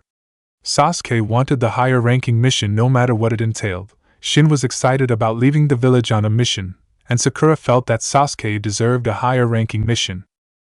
"I believe they're ready for a C rank," Kakashi said, and the Sandaime smiled and nodded. With a word to the door near the desk, the client entered with another bottle of liquor in hand, but Naruto's thoughts were elsewhere. He was still trying to figure out the very brief feelings from Kakashi when the man looked at him. There was regret and sadness mixed with several other feelings. That was not something that he was used to nor received from more than a handful of people in his lifetime. He couldn't read very much of man's thoughts because the genin that surrounded him were all thinking so many different thoughts and had such strong emotions. By comparison, the emotions from Kakashi were much muted, and it was difficult to glean much of anything from the man. It was also possible that Kakashi had a very closed and protected mind like many other people he had encountered in the village, such as the Hokage sitting next to him. Naruto only managed to pick up on emotions from those people and not thoughts. The question remained of, what did the man regret, and he couldn't be sure at that point. Coming back to the situation at hand, the client walked out of the room with Team 7. It was just about break time for lunch, so the Sandaime and Irika started leaving while he continued a little bit of busy work. The plan was going perfectly so far. He just needed to complete the final part of it. Moving to the pile of mission scrolls, he found the one that had just come in the previous day. The mission was rather easy, and the client had requested just a single ninja. What Konoha didn't know, and he did know, was that the mission was requested by his master and was completely fake. Playguys had created the mission to give him an excuse to leave the village to complete their plans. It stated in the scroll that the mission would take almost 2 weeks to complete, and he was going to use his current position to secure the mission for himself by placing it on the very bottom of the pile, despite the mission being marked as urgent. When they were done for the day, the mission would be found and someone would have to perform the mission. He would put his own name forward, as by that time, the Sandaime would want to quit for the day and a good number of the available ninja would already have assignments. Naruto would only need to give a mission report when he returned from Wave Country concerning the fake mission and not have to worry about being discovered or having an absence in the village. After informing his master that everything was proceeding as planned, Naruto left early the next morning on his mission. Playguys in turn gave him additional instructions to be completed before arriving in Wave. As he walked down the path towards the coast of Fire Country, he kept what senses he had open for the individuals he was looking for and also thought about what his master might be planning and what he knew or could guess about it. It was apparently training and skills that he would need, and he was to use the Force to help him discover what his master might be up to. He already knew what they wanted with Hatake Kakashi, but he didn't know what Playguys wanted with the 2 individuals he was going to pick up. He also didn't know what his master needed with the Sith text that he was carrying with him in a scroll and that he had retrieved from the hideout. What's in those texts that he would need, was the main question that was going through his head. He knew the text contained information on several topics such as Sith alchemy, Sith spawn, the creation of weapons, and a few other minor topics. The only answer that he could come up with was that his master wanted to use the texts to create a Sith spawn. Play Guys would be traveling to a new location, and no one could be trusted there at this point. His master would need some kind of protection because Zabuza had not wanted to extend his contract, and Play Guys wasn't sure he could control the man with his limited powers. That meant that someone else would have to protect his master during the time before he traveled to Snow Country, which would likely be a couple of months. Gato had practically owned Wave Country and had numerous bandits, thugs, to order around, so it wasn't a problem, but Snow Country was owned by someone else, and they had nothing there. It made sense to make sure that his master was protected from a double cross while in a new location. Gato's samurai were of no help, and if Zabuza didn't want to continue employment, then that left the two individuals that he was currently going after, and could feel just in the range of life sensibility. Goza and Meizu were submerged in a puddle on the road from Konoha to the Fire Country coast. No matter what help Tazuna was able to acquire, they would still have the element of surprise. With a civilian client with them, whoever Konoha sent would have to travel down that dirt road, and they had arrived earlier in the morning to wait because they couldn't be sure when Tazuna and the ninja would pass by. They had been waiting over an hour before they could finally hear someone coming down the road. Unfortunately, it only sounded like a single person, and unless Tazuna was unable to get ninja, it was likely that this wasn't the person they were waiting for. "You can come out, Goza and Meizu, I know you're there," stated Naruto to the puddle while standing a good distance away. The puddle didn't move, but he could feel the confusion and alarm from the brothers within. In a burst of speed, both quickly jumped out of the puddle and stood across from him as the puddle quickly evaporated. They both looked at the cloaked figure and did recognize the description from what Zabuza and Haku had said. It was likely that this person also worked for Gato, but they didn't let their guard down.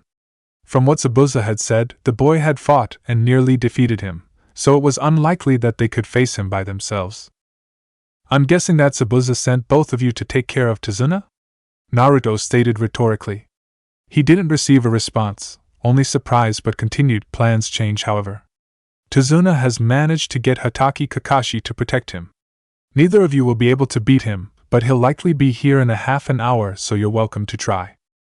Both brothers glanced at each other about the information and then looked back at him. He could tell that they were worried and continued. "Zabuza does not wish to continue his contract with my master, however, there are positions for you both, if you want them." Again they looked at each and both nodded in agreement. They wanted to know more, and Naruto knew that the situation was going to work in his favor. "What's the offer?" stated one of the demon brothers, and they both eagerly waited the response. "My master is willing to offer both money and power in exchange for your services. You can either take the deal or wait here for Hatake-san and continue with your mission," stated Naruto, and he could feel the brothers thinking it over. If they were smart, they would realize that they couldn't take on a jonin of Kakashi's level, but if they didn't, he would just have to persuade them. "What kind of power?" the other brother asked. Naruto smirked slightly. "Something you can't get anywhere else, and that would give both of you a great advantage over anyone you faced," he said, and although he didn't know what exactly his master had in mind, he knew enough to make the offer enticing. The demon brothers nodded and they followed Naruto back to Wave Country. About half an hour later, Team 7 and their new client walked down the very street that they had just talked on and continued on to Wave Country. A day later. "Your ninja duo failed, Zabuza," stated Gato with little emotion as Play Guys lied to the man. Zabuza and his apprentice had been moved into a nearby tree house that had been constructed. Play Guys had done it mostly to try and keep Zabuza out of his affairs, as the former member of the Seven Swordsmen was getting too curious about what he was doing. "It isn't a big deal. I'll just go myself and take care of it. Whoever it was who defeated the demon brothers won't last long against me," stated Zabuza from his seat across from the standing Gato. "Well, seeing as you're going to personally take care of it, I want you to capture the ninja that Tazuna hired to protect him," stated Gato, and Zabuza raised a non-existent eyebrow. What would he want with captured ninja? He thought, but Gato gave nothing away and his true plans or intentions were still not known to him. "Fine, but it will cost extra," demanded Zabuza, as he wanted to see how much the little man wanted whoever Tazuna had hired. "Just make sure it gets done this time," stated Gato, and he left with his two samurai. Zabuza and the masked Haku watched him leave, and neither could figure out what the man's real intentions were. Despite working for the short billionaire for several months, they were no closer in determining what his real goals were. It wasn't really his business to spy on his client, but he wanted to know, especially about the cloaked boy. Haku had told him her observations on the weapon that the boy had made, which was a shuriken that he used right after creating it and to great effect. The two people spying on the boy also intrigued him, and now Gato wanted him to capture several ninja from Konoha. No matter how much he thought about it, none of the plans really made sense. Was Gato trying to take hostages for a ransom or to put forth demands or perhaps get some information? If so, he was glad to be leaving the short man's service as he didn't want to get involved with a hidden village or any hostage nonsense that Gato may be planning. It shouldn't be that difficult to capture a team of Konoha ninja, and then he would make sure to leave before anything else happened. Naruto walked through the double doors and into his master's study, followed by the demon brothers. He stood in front of the desk and then knelt on one leg. "I have done as you have asked, master." The chair turned to reveal Gato, but the glasses were off, revealing his sulfuric yellow eyes and darkened skin around the eyes. Both brothers stared as they had never seen Gato without his glasses, and by what they could feel coming from the short man, it made sense why the boy would call him master. It wasn't power radiating from the businessman, but a dark presence that filled the room and sent chills up their spine. "Good. We should head to the warehouse where the ceremony shall take place," stated Plagueyes, and he got up from the chair and walked towards his student. Naruto didn't move but wanted to ask the question that had been on his mind. "Master, just what from the information in the text do you intend to use on these two?"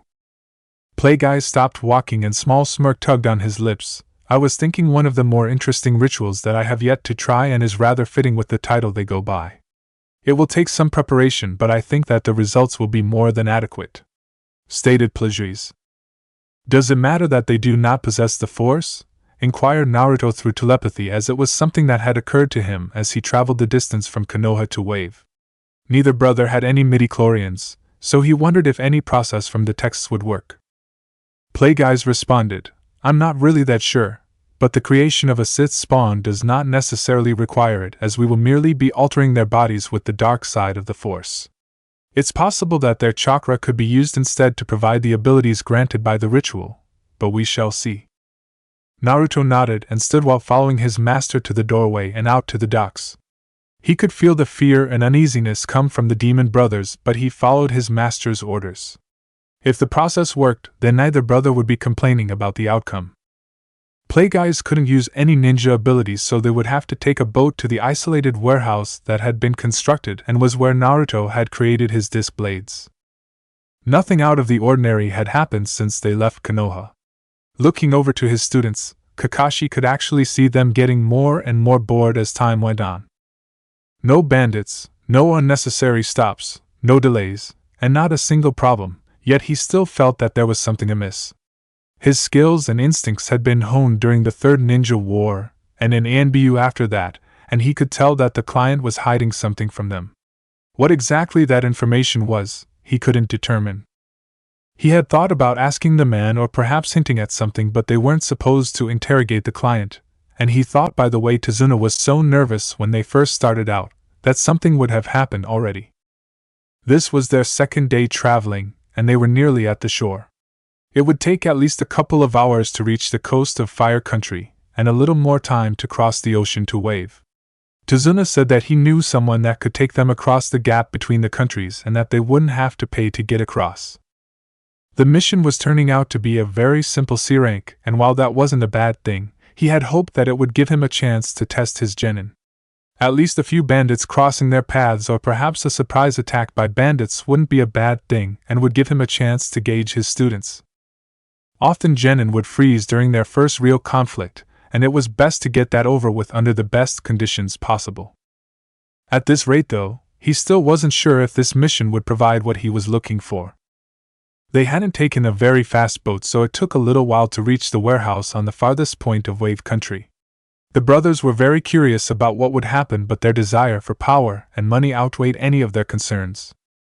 Traveling with Zabuza had not been very productive for them, and this new opportunity was too good to pass up. If Zabuza didn't want to continue working for good pay under one of the richest men on the planet, then why should they continue working under him? The boat pulled up the small dock next to the yacht that had been docked there for some time. All occupants of the boat got out and walked into the empty warehouse. The furnace had been sealed into a storage scroll and packed onto the boat, so there were only a few leftover tables and empty crates in the warehouse. The brothers were getting a little worried as there wasn't anything there, but Naruto stepped forward and started performing what his master had telepathically commanded him to do. Naruto started by unsealing all of the needed supplies from his scrolls. Playguys walked over and opened the book to the correct page. Naruto glanced over and read the ancient Sith language to find out that his master planned to turn both brothers into smoke demons. Playguys read through the text again and told the brothers to get comfortable as it would take a while to set up. He then ordered Naruto to create several shadow clones and had them start creating the Sith runes on the concrete floor of the warehouse that would be required for the ritual. The clones channeled lightning chakra into kunai as it was the most efficient tool and chakra in nature to work with and would carve the concrete the best. The correct symbols were slowly carved out, creating one large circle and 3 smaller ones. The real Naruto went to the text and began memorizing everything that needed to be said. One of the circles was for Naruto to stand in and the other 2 were for the demon brothers. Once the symbols were complete, everyone sat in the correct circles and the process was started. The ritual began with Naruto chanting in the ancient Sith language for several minutes while the demon brothers waited. He then began channeling the force into the runes around them. The etched runes, which were originally the same color as the concrete, started to blacken and then glow red hot. Smoke started to emanate from the runes, with more coming from the ones around the demon brothers. The smoke began as gray and then changed to purple and slowly darkened. The purplish-black smoke began to gather into 2 small orbs, one over each of the brothers. Both looked up at the strange phenomenon and started to think they should get out of here. They didn't know what was going to happen, but this was not something that they expected. It seemed like Gato and the boy were using some kind of kenjutsu on them. Despite wanting to get away from the smoldering symbols and the gathering smoke, both found themselves rooted to the spot. Naruto continued to chant with his eyes closed as Playguys watched the ritual from outside the circle of runes. A good amount of time passed as the ritual was slowly completed by his student. This was the first time in probably hundreds of years that the ritual was being used, and he was immensely curious of the results. It was possible that the ritual would fail as he had no idea what effects would occur when the individuals it was used on didn't have the force and had chakra instead. It could completely fail, it could create something completely abnormal from the smoke demon it was supposed to create, or it could create something better. He watched intently as his student completed the chanting and then unsealed his ninjato. Taking the weapon, Naruto touched the blade to his palm to draw out some blood for the ritual. That would bind them to him as his servants. Playguys thought, and he knew that he would rather have the new Sith spawn as his own servants, rather than his students, but he only had a temporary body with none of his own blood and his spirit was not strong enough to complete the ritual. Instead of the blood dripping to the ground from Naruto's palm, it did the reverse and dripped upward from the wound. The blood split up in the air and equal drops went into the 2 separate orbs of smoke.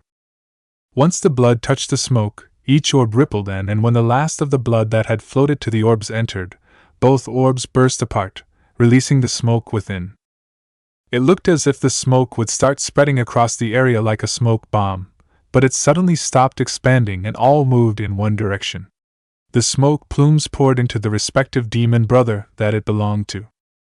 It went in through their eyes, breathing mask, and ears while both brothers screamed in agony as their bodies were invaded by the dark purple smoke. Naruto opened his eyes and watched the transformation occur before him. The exposed skin of the demon brothers, which wasn't very much to begin with, started to blacken, followed by their clothes. The process was completed when both brothers were completely blackened and they both went silent. The color changed to the same dark purple as the smoke and both student and master watched with anticipation. After a brief period of time, the unmoving brother stirred and their eyes opened to reveal a glowing red instead of a sclera or iris. Naruto readied himself just in case the process hadn't worked and he needed to kill them, but they made no move. Instead, the dark purple color faded away to reveal the demon brothers how they were originally. Their eyes even went back to normal, thinking that he had messed something up. Naruto got up and went to the text. Both brothers came back from a daze moments later and looked around. How much longer is this going to take? Asked Goza, and his brother crossed his arms in boredom and annoyance. Naruto stopped looking through the text and turned to them. They can't remember anything of what just happened. They can also talk, which is not something that the text said was possible with smoke demons. Did the process completely fail and nothing changed at all? He speculated. Plagueyes walked over the demon brothers to better examine them and said, "The process is already over. What is the last thing you remember?" Both brothers looked at each other surprised and turned back. "The seals were placed, we sat down, and then you got back up again," stated Meizu, and his brother nodded in agreement. Naruto walked over to the two and wondered what was going on. If something had happened to them, then the results were not obvious, and it appeared as though nothing had happened at all. Pulling out one of his kunai, Naruto tossed it to the closest brother, which was Gozu, and said, "Cut your hand with the kunai." Gozu stared at him but obeyed and palmed the kunai into his clawed hand and cut a small area on his other palm. Meizu, Naruto, and Plagueyes all watched as the cut produced a small amount of dark purple smoke and no blood. The wound was sealed shut by the smoke a moment later with no evidence of a wound. Everyone stared at the hand and Gozu said, "It didn't even hurt." And then he impaled his hand with the kunai. Holding up the impaled hand, he just stared at it, like everyone else did. It didn't hurt him at all, yet most of the kunai blade was sticking out the back of his hand. Removing the object, purple smoke again came out and the hole from the kunai was reformed by the smoke. The hole was sealed, which left a dark purple area of skin for a brief moment before it turned back into the same skin tone as the rest of his hand. Turning to his brother, Gozu threw kunai at Meizu. It struck Meizu in the shoulder and passed through the shoulder with ease to continue on until it embedded itself into the wall of the warehouse. The wound on Meizu was reformed by the smoke that the edges of the wound turned into, and in mere moments, his body had reformed into its original shape and showed no evidence of any damage. "You had no idea that would work, did you?" questioned Meizu with rage and punched his brother in the face, which sent Gozu flying farther than any of the others thought the punch would. Gozu hit the ground and skidded but got up right afterward. He rubbed his breathing mask that was smoking and reforming to its original shape, but seemed perfectly fine. "Your punch didn't even hurt," he stated with some surprise. "It seems the process was definitely a success after all," stated Plagueyes, and everyone turned to him. "I have some business to attend to back at my mansion, so I'll be taking the boat." And then he looked to Naruto and said specifically to him, "Stay here and determine what the process has caused and the limits of the new abilities of the Smoke Demon Brothers. I need to know what they can or cannot do, and after that there is something else that needs to be prepared. Come to see me about it after you're done." And with that, Plagueyes left the warehouse. Naruto was left watching his master leave while the demon brothers punched each other stupid and wondered what was so important that his master had to get back to before leaving for Snow Country. The crossing to Wave Country had been very quiet, but it wasn't because there was nothing to talk about. The man steering the boat had told them to be quiet, otherwise they would get caught, and Kakashi was getting an idea about what the mission was really about. "Tazuna must have hired us not to protect him from bandits, but to get rid of bandits in Wave Country," were Kakashi's thoughts on the new developments, and it made sense to him. Tazuna was worried the whole way back to Wave, and it must be that the bandits had either taken control of Wave or were terrorizing it, and rather than pay to get rid of the bandits, Tazuna had paid for a cheaper protection mission until he got back home. It was likely that they would get attacked before they completed the mission and would be forced to protect Tazuna from whatever bandits the village was being troubled by. It was an interesting plan to lower the payment of a mission by not giving out the actual details, forcing them to complete the normally higher-paying mission in order to complete their assigned mission. Tazuna was likely leading them to, or at least where they would be attacked or come across bandits. Perhaps he was even taking them directly to the bandits' camp. They would have to fight the bandits as part of their mission to protect the client.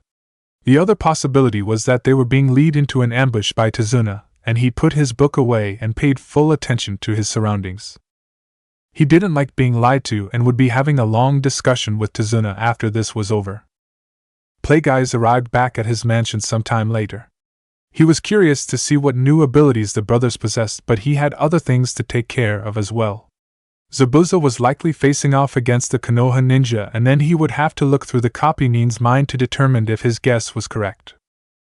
Several years previously, he had gone through the minds of school teachers in order to get them to skip his student ahead a grade. While putting the mind control and suggestions in place, he had also taken a brief look through the knowledge of the Chunin teachers he was temporarily subjugating. During one of those looks, he had stumbled across the information that Hatake Kakashi was the student of the Yondaime Hokage. He had put the information away for future reference, and now that information was useful to him. The problem with the Konoha Jonin was that he believed that the man knew about the Yondaime being Naruto's father. Years ago he had meditated on the prospect of what to do with the information concerning Naruto's parents, and the answer he had come up with was that the knowledge was too damaging for Naruto, and he could not gauge what the boy's response would be. His plans were in the fledgling stages at that time, and it was better to keep the information to himself. If anything ever destroyed the trust between master and student, or if Naruto decided at some point that he no longer wanted what Plagueyes was offering, he had something left to get the boy back on his side and away from the village. That had never happened though. Naruto had never shown any intention of betraying him, or not going along with training and numerous tests that he had imposed. Therefore, the information was never useful to him. Now, however, that information changed from being a precaution to a liability. It was obvious that once Naruto got back, he would use drained knowledge on the captured Hatake. It was also obvious that his student might discover that information, if Kakashi even knew it. The part that wasn't obvious to him was that if that information was there, what would his student do when he learned it? Guessing what Naruto would do next was never easy. The boy's mind seemed to work differently than his own mind. At the time when he originally discovered this information, he wasn't about to see his plans destroyed because of his new student plotting revenge. Now was no different and perhaps an even worse time to tell Naruto about his parents. The boy would react negatively to the news, that was a given. The news could send Naruto over the edge and cause him to completely embrace the dark side of the Force, which was not something that his student had done yet. Naruto could use the dark side of the Force to great effect, but he had yet to take the plunge completely over to the dark side. In that state, Naruto might attack anyone that he felt kept the information from him, including his own master, especially if the boy discovered that he had known the truth for years. The furious Naruto may also access the Kyuubi's chakra, and Plagueyes was still unsure what effects or problems it could cause. It was a problem with no real solution that could destroy all that had been accomplished up until that point. Naruto could always lash out at Konoha, which would ruin their plans, as the boy might be captured or even killed if he started attacking those that might know the secret and had kept it from him, like the Hokage. It was a difficult line to walk, and he could tell that Naruto was already getting suspicious of his actions. However, there is nothing that can be done about that. He thought, and he knew that there was no good way to give Naruto the information that he was keeping from him. If there was, he would already have given it to Naruto, as the boy had been nothing but loyal. As long as it doesn't ruin our plans for getting back to the galaxy, I could care less if he came back and bombarded the village from orbit, he thought, because as long as Naruto got all of the information that they wanted from the village, it served no more use to them. Now came the waiting game, and he wondered how Zabuza was faring against the copy ninja. Looking through the slightly refracted image of his team through the water, Kakashi watched horrified as all three of his genin, and the client, were hit with Saban from someone in the bushes. Of all of his failures, this was the worst, and he was helpless to do anything as he watched the genin fall to the ground. He had no idea that Tazuna was running from missing nin, especially someone with a reputation and ranking like Zabuza. There was no way for him to know about the missing nin, but he blamed himself anyway. It was his fault for not questioning the client any further about his suspicions. He was running out of air, but he didn't notice. His mind was just concentrating on the thoughts of how he had let his team down. The technique Zabuza was using ended, but before Kakashi could do anything, he was knocked out with several Saban as well. The Curie swordsman created several water clones to carry the people that he had captured to the specified warehouse. He had no idea what Gato wanted with them, but it didn't really matter, as that was what the client wanted and that was what he would do. The warehouse had apparently been prepared beforehand with an area that had cages set up, and Gato had acquired chakra seals that Zabuza placed on the captives. Walking out of the warehouse after depositing the captured individuals, he thought over the situation in his mind. Nothing about it really made sense, and he couldn't figure out what Gato wanted with captive Konoha ninja. In any case, he'd have Haku watch the warehouse and see what happened while he informed Gato that he had successfully captured the group. Walking as briskly as the short, stubby legs would take him, Plagueyes entered the warehouse with the captured ninja. He only had a short period in which to work until his student got back from working with the Demon Brothers. Setting the small case he brought with him down on a nearby crate, he pulled out the medical supplies that he would need to get the sample from Kakashi's left eye. Pulling out the syringe, he removed the forehead protector and pulled open the eyelid. Using the small needle, he took enough of a tissue sample to recreate the eye later, and he put the forehead protector back the way he found it. Storing the sample in the case he brought, Plagueyes then went about the process of examining Kakashi's memories. He needed to find out what the man knew. It was possible that Kakashi knew nothing about Naruto being the Yandame's son, or that it was buried rather deeply, and that if Naruto went through the man's memories for jutsu and techniques, he would never find it. Unfortunately, he found exactly what he surmised would be there. Kakashi knew everything, and the information was not buried very deeply, so his student would likely find it if he used drained knowledge on the man. Plagueyes took all of the other information that they would be interested in, and left the caged area of the warehouse to think. Of the 4 people in the cages, he only needed one to live in the worst-case scenario, and that was the boy from Root, and who reported to Danzo. The rest were needed to fulfill that task. However, the fewer people that were killed, the less of an investigation there would be by other Konoha ninja to find out how the last Uchiha, or one of the best Jonin in the village, were killed on a simple C-ranked mission. The situation presented a difficult problem. If done the right way, however, he might be able to take care of another problem. Since the 2 Root members were sent back to Konoha under his mind control, one team had been sent back to Wave on a fact-finding mission to determine who lived in the mansion and owned the warehouse that Naruto had been in. Danzo knew about the meeting in the mansion, the warehouse, and the construction of something in the warehouse from earlier messages that they could not stop because they didn't know someone was following Naruto at that point in time. The second mission could not be stopped without raising further suspicion, so Danzo now knew that Naruto had talked with Gato of Gato Shipping and was doing something in one of the tycoon's warehouses. Beyond that, there was only what Danzo could piece together by himself with bits and pieces of the knowledge available, or by guesswork. Plagueyes half expected Danzo to send someone to question, interrogate, or perhaps even kidnap him, but that hadn't happened, which meant that Danzo must not have very much information or was a very cautious person.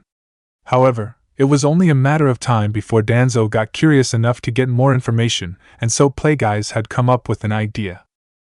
In order to keep their plans in Konoha and to stop Danzo from getting more information, Gato had to die. He would very much have liked to take a new host, but the current one was too important as he needed it for the negotiations in Snow Country. With the death of Gato being known to Konoha, especially Danzo, no further information could be determined about Naruto without going directly to the source.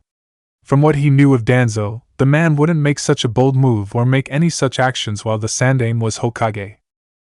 This meant that Naruto would be free to continue with their plans in Konoha and would give them a chance to test the Kinjutsu from the Scroll of Seals. The only problem now was what he should do about Kakashi. Tazuna and the others were not a big deal, as they could either be killed or just left alive and would not hinder his plans. Kakashi, on the other hand, could hinder his plans. He could kill the man right at that very moment, but then Naruto would become more suspicious of his actions. His original plans were to let the ninja go after getting the information so he could have an audience of witnesses from Konoha for his death, but would that still be the best decision to make? Unfortunately, he didn't have time to meditate, so he had to choose from the options he could come up with on the spot.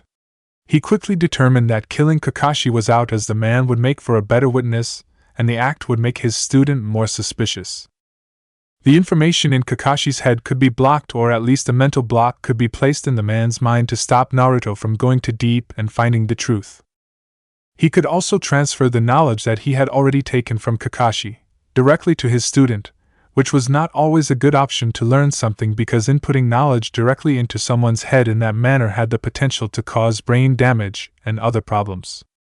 Despite the risks, the second option seemed best, as Naruto might discover the mental barrier that he placed and try to break it. The technique involved taking specific knowledge and implanting it into another person's mind. The knowledge could not be memories as they were far more difficult to implant or alter, and usually resulted in destroying a person's mind. Using this method, he could send certain knowledge taken from Kakashi to his student, and make sure that Kakashi and the rest of the individuals in the cell escaped for his other plans. The force technique was difficult to perform and could only transfer direct knowledge of a subject, in this case jutsu from Kakashi, into Naruto's mind. Coming to the decision, Gato made sure that the Jonin would be able to get himself free from captivity before leaving the warehouse and heading back to the mansion. It was important that Kakashi escape rather soon and before Naruto came back. This would set the stage for the next confrontation between Kakashi and Zabuza, where he could betray his hired missing Nin, and make sure to have a convincing death so he could escape to Snow Country without Danzo or anyone else knowing he was still alive. From one of the windows on the warehouse, Haku watched as the client made sure that the ninja could escape and then left the warehouse. She had seen Gato take the sample from the Konoha Jonin's eye and also do something very strange to the man, which involved just placing his hand on the Jonin's head. She needed to get back to report to Zabuza about the strange behavior and the sabotaging that Gato did to ensure the Konoha ninja escaped. Naruto returned to mansion along with the demon's brothers, but only he went to see Play Guys and report on his findings concerning the success of the ritual. He didn't need to knock as Play Guys gave him a mental enter, and he walked through the double doors of the study. Play Guys looked up from his papers and told Naruto to sit down in one of the chairs in front of his desk. Sitting down, Naruto began his report. Master, it seems the ritual was a success but with a few added side effects and difference from what the results are supposed to be. Play Guys responded with intrigue. What sort of differences and side effects? It seems that they do not have to stay in smoke form like the text says. The color is also different from the standard red and is, as we both saw, a dark purple smoke. They appear to have the ability to switch into a smoke form and change between looking normal and looking completely dark purple. They can change into a plume of smoke and move around a room, while also reforming at will. They can still both use chakra just as well as they could before the ritual.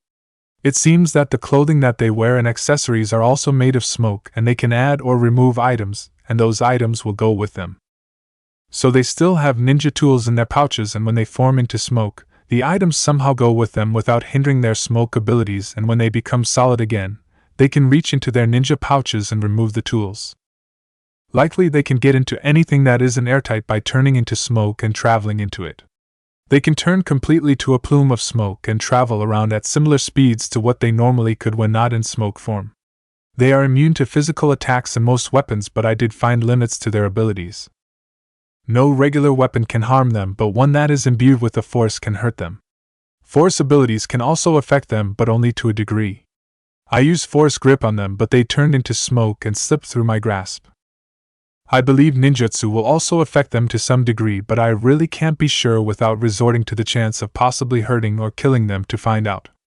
They do appear to be rather susceptible to water jutsu and were unable to form into smoke while inside of the hidden mist jutsu. Beyond that, I wasn't able to test any farther. They still have the ability to speak, which the text stated would be taken away from them. I also don't know whether they can consume the body of another person as it is written, but I do know that they are under my control, stated Naruto as he concluded his report. Play Guys took in everything that was said and was curious to test and see the abilities that Naruto described.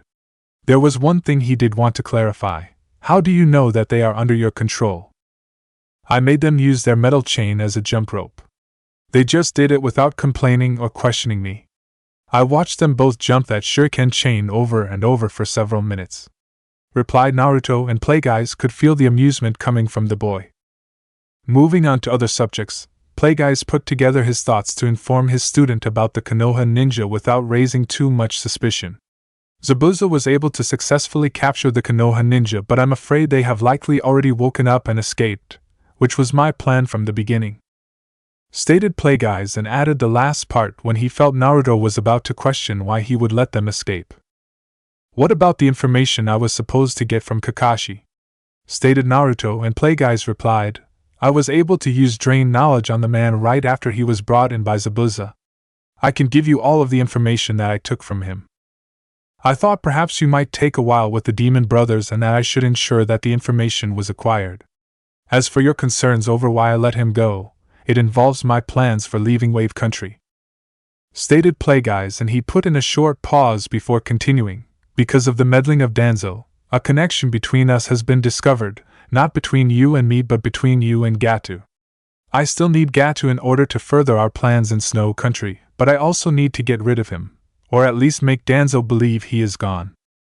Naruto could guess where this was going and asked, "Is this why you had me memorize that kinjutsu in the Scroll of Seals?" Plagueyes merely nodded his affirmation and said, "I already have the person picked out, but we need to control the situation. At some point I have to inform Zabuza that the Konoha ninja have escaped and that something will need to be done about them. I also don't know how well the kinjutsu will work. It hints at not keeping the disguise active after the technique has ended and the body dead, so we need to be sure before planning to use it later on in the Chunin exams." Escaping from the warehouse wasn't very difficult. The guards put in charge of watching them were rather inept, and he was able to get out of the bindings that held him to free his genin and the client. He was relieved to find that his genin were all alive and were just put into a false death state. None of them were in any shape to fight, but they had managed to get back to Tazuna's home, only to demand answers from the man about what was going on. They found out about the problems in Wave caused by Gatu, but Kakashi was still confused as to why they had been captured and not killed. Momochi Zabuza was not known for taking prisoners or leaving people alive at all. The best explanation that he could come up with was that Gata didn't want to kill any Konoha ninja and possibly bring the rest of the village down on him, but that didn't make much sense as it didn't explain what Gata would have done with them. Why capture when it was easier and made more sense to just kill them? Tazuna didn't have any answers for them on that subject and was just thankful to be alive. Kakashi informed him about how the mission would be increasing in rank and the fact that they should have just dropped the mission because they had been lied to and it was likely more than Genin could handle. However, they had no place to go for the meantime. Being put into a death-like state with Saban took a few days to completely recover from. Zabuza, on the other hand, was not injured or hindered in any way and could come after them again at any point in time. The question that none of them knew was when he would show up again. Based on what Haku had told him, and what Gatu himself had just come to tell him, Zabuza was thoroughly confused. Nothing about what was going on made any sense, no matter how he looked at it. Gatu was trying to take over the country, at least what he originally thought, but now he was no longer sure. Why let the Konoha ninja go? He thought, and it really pissed him off. Everything Gatu seemed to be doing was contrary to what he thought the man should be doing, or what he thought the businessman would do. There were so many secrets and different agendas going on with the short man that it was difficult to tell what he was really up to. What did Gata really want with Wave Country? What was the man planning with the Konoha ninja? He couldn't help but feel that he was a disposable pawn or was being used for something much bigger. Gata had told him to be prepared to attack the Konoha ninja and the bridge builder again in a few days' time, and it made him wonder why they should wait. He thought about just asking Gatu what was going on, marching right into the man's study and demanding answers, but he also disliked the thought. He had made a contract, and until the man showed signs of actually breaking that contract or double-crossing him, he would not act and would wait to see what unfolded. He was getting paid quite a bit of money to just sit and wait around, and he needed that money to complete his ambitions. 2 days later. Standing at the head of a small boat heading towards the unfinished bridge, Plagueyes flexed his hand and marveled at how much control he had using the kinjutsu. Naruto had performed the jutsu on one of his samurai and supplied the chakra to hold the jutsu up to make things as convincing as possible. The samurai's body was being controlled by him from quite a distance, and no one could tell that it wasn't really Gata's body. His death would need to convince the Konoha ninja and the people of Wave. But he knew that Zabuza was getting more and more suspicious of what he was up to. Zabuza wasn't stupid, and it was possible that he would continue looking for answers even after Gatu was dead by his own hands. This had already been taken care of, and they would be able to convince even Zabuza that he was dead. As they neared the bridge, he could see a dense fog covering a portion of the bridge near the uncompleted end. The boat pulled up alongside the end of the bridge, and he could see the real Naruto sticking to the side of one of the pillars and waiting for him. Just in case things didn't go the way they had planned, his student was to finish the job and then return to Konoha to complete the rest of their plans. Climbing up the ladder with the rest of the bandits that he hired, he got in position and had Naruto use the force to disperse some of the fog and get the attention of his executioner. The sound of a metal clang filled the still mist once again as Zabuza and Kakashi fought a very sedate battle. In the beginning of the fight, Kakashi wasn't sure why they weren't fighting all out, and he first thought it was to lure him into a false sense of security, or to get him to let his guard down, but none of those things happened as the battle progressed. He noted that it was as if Zabuza was not trying to wear himself out and fighting with no real intent to finish the battle, only to prolong it. Did Zabuza know something he didn't? The more the fight progressed, the more he believed that something else was really going on. He had tried to get to his students that were fighting the masked hunter Nin, but he wasn't able to get near the ice dome. What worried Kakashi was that the only time ninja would fight in this manner was likely when they were buying time for reinforcements to arrive, but he knew that Zabuza could fight on his level. So why would the Kiri ninja even need reinforcements, and where would he get them from? He was sure that the hunter Nin could likely hold off, or perhaps even defeat his genin, and even fight himself near equal footing. Whatever Zabuza had been waiting for finally arrived when the mist started to be pushed back and revealed a large contingent of bandits with what Kakashi assumed was Gato at the lead. The fighting stopped for a second as everyone on the bridge stared at the bandits and Gato. Haku's ice mirrors melted and she took her place by Gato's side. Kakashi looked back between the new arrivals and Zabuza and could see the tension between the two. So these aren't reinforcements. Zabuza is being double-crossed by Gato and he suspected it. He thought and went to see about his genin while not letting his guard down. So you never intended to pay me? Stated Zabuza as he hefted his zanbato and prepared to attack. Gato smiled and chuckled at the ninja in front of him. I asked you to renew the contract, but you refused. It's better to kill you now than worry about you telling anyone about me. This all could have been avoided. And he paused before stating, the person who brings me the demon's head will get paid double. As both Zabuza and the bandits charged forward, Gato walked in the opposite direction to the end of the bridge. The short man seemed confident of his victory, despite the screams coming from the group of bandits behind him. Cutting his way through the bandits, Zabuza broke through the last of them and charged. Gato looked back and his yellow eyes widened as he let out a cry for help and started running the last distance to the ladder and boat. As Zabuza closed, he readied his zanbato to take the businessman's head clean off. Reaching the end of the dock, Plagueyes turned around and felt the body freeze at the sight of the charging Zabuza. The man had a visible aura around him of some kind of blue demon, and he tried to determine what kind of ability it was. No one double-crosses me and lives, stated Zabuza as his sword cleaved off the head of Gato and the head went off the end of the bridge, followed shortly by the falling corpse. Several miles away on a boat, Plagueyes opened the eyes of the real Gato and smirked slightly at the completion of his plan. It wasn't often that he got to act or play a role as part of being a Sith, and he was an avid fan and supporter of the arts. The performance should have the desired effect and keep both himself and his student from being discovered. Zabuza may have suspected that he was up to something, but the former Kiri ninja didn't even know his plans to move to Snow Country, or that he was still alive, so whatever he suspected would die with the fake body of Gato. Getting up from his seat in his cabin of the boat, he walked out of the room and to the front of the boat to look at the ocean. He never actually thought he would take such a craft across a large body of water. Going from one island of wave to another was rather different than traveling across the open ocean. He had flown starships and other space craft across the known and even unknown galaxy, but was never ferried across an ocean by such an archaic boat before. It didn't have a high-tech generator or advanced propulsion system, but a mere motor and propeller. It also didn't have any kind of technology for dampening the rocking motion of the waves or sensors of any kind, and if a storm approached, they would have to ride it out. While most people of the galaxy would have been completely put off by the boat and accommodations, he was not. He found the experience interesting and as much as a Sith Lord could. He was looking forward to the long journey across an ocean that would normally take mere minutes with the more advanced technology that used to be readily available to him.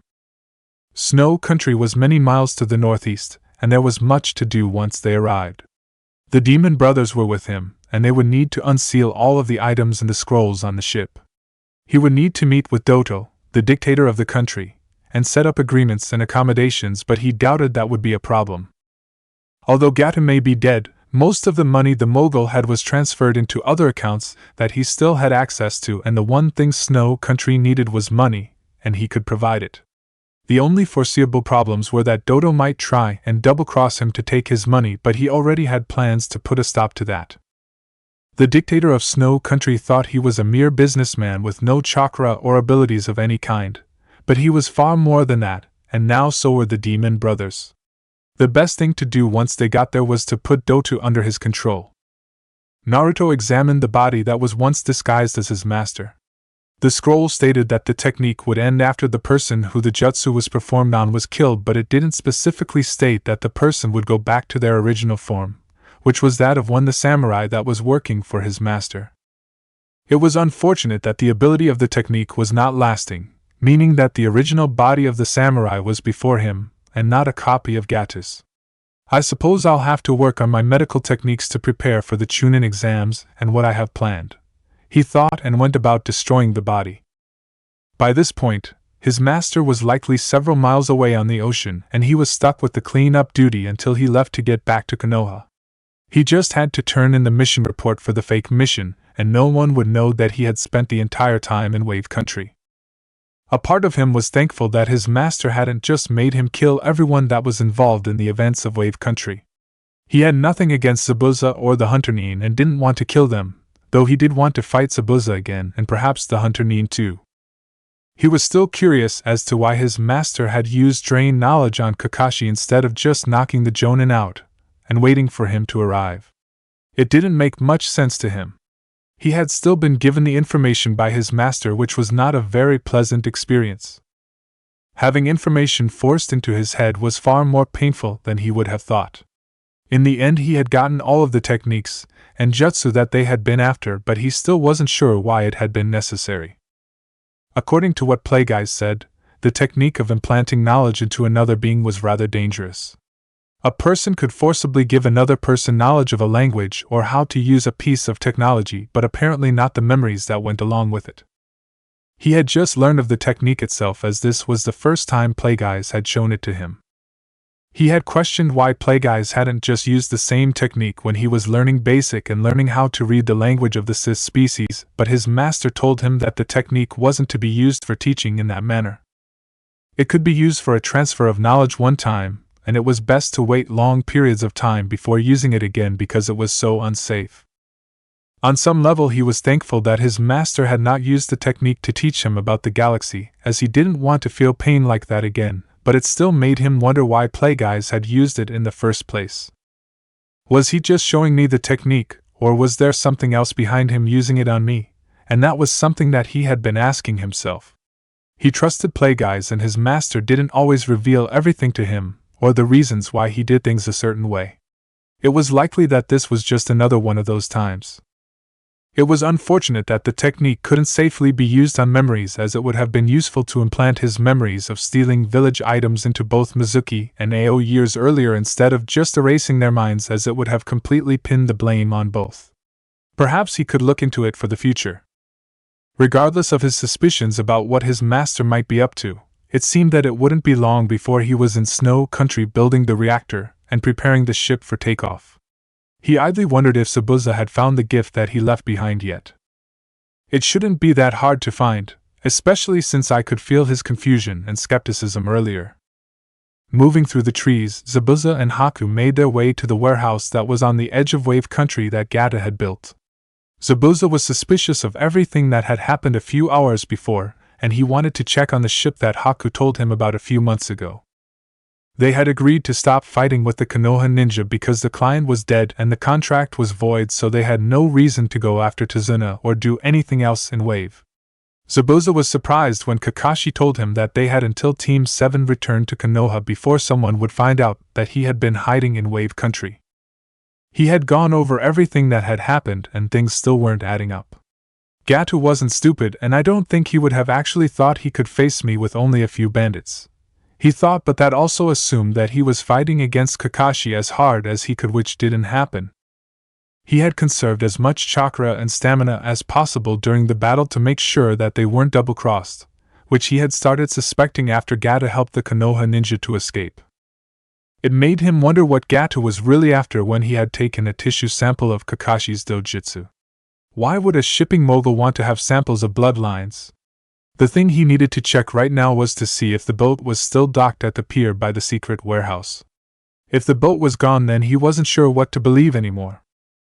Running across the water to the last island in the chain, Haku led him to the area where the warehouse and dock were.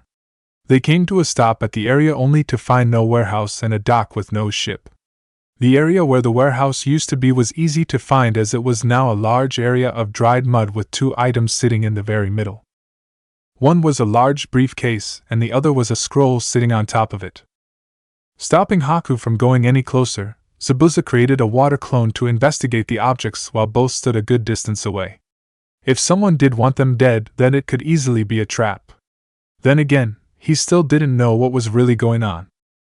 The clone opened up the case and showed the contents to both real ninja. It was filled with money, likely the exact amount we were owed for our services, thought Zabuza, and he wasn't sure why he knew that, but it just seemed to fit the strange situation they were in. The clone opened the scroll and also further examined the contents of the case to look for any traps or explosive notes, but found none. Walking over, the clone handed the letter to Zabuza. Beginning to read the letter, his eyes widened as he recognized that it was to him, and that the writing style as that of Gozu. What the hell, he thought and continued reading. Zabuza. By now you've found the money that our new client left for your services while in Wave Country. It should be the amount you agreed upon. We got a better offer from the cloaked brat, and started working for him. Too bad you didn't want to extend your contract. The perks are way better than the original deal with Gatu. Goza and Meizu. P.S. We never really liked you. Zabuza stared at the letter, and then gave it over to Haku, who also read the letter and tilted her head slightly to the side as she looked at it. What does this mean, Zabuza-sama? She asked as she tried to piece together all of the events that she had witnessed, as Zabuza did the same. They had found out information about Gatu before meeting him, and the man turned out to be different from what they had heard. They first met him after the cloaked boy seemingly attacked him, but that had been written off as a test. What if it wasn't a test? Thought Zabuza, and wondered if the cloaked brat was behind everything that had happened in Wave Country. Could he have controlled Gatu the entire time we were here? He thought, and it made sense. Gatu's strange behavior, and everything else that had happened could all have been the result of the cloaked assassin that they knew little about. The brat obviously must have stolen everything that Gatu had and put it in the boat. He was controlling Gatu the entire time. Not only that, but he made sure to get the shorty killed to make sure that no one could find out about the theft. It did make sense in a way, but it left one question, and that was, who was the cloaked brat?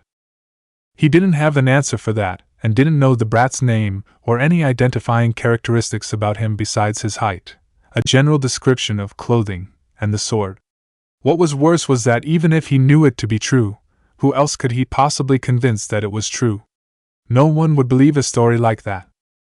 Some kid out of nowhere with unknown powers took control of one of the richest men in the world and bled him dry. Then he managed to get away with it, he concluded, and he and Haku were the only witnesses or people that actually knew what had happened.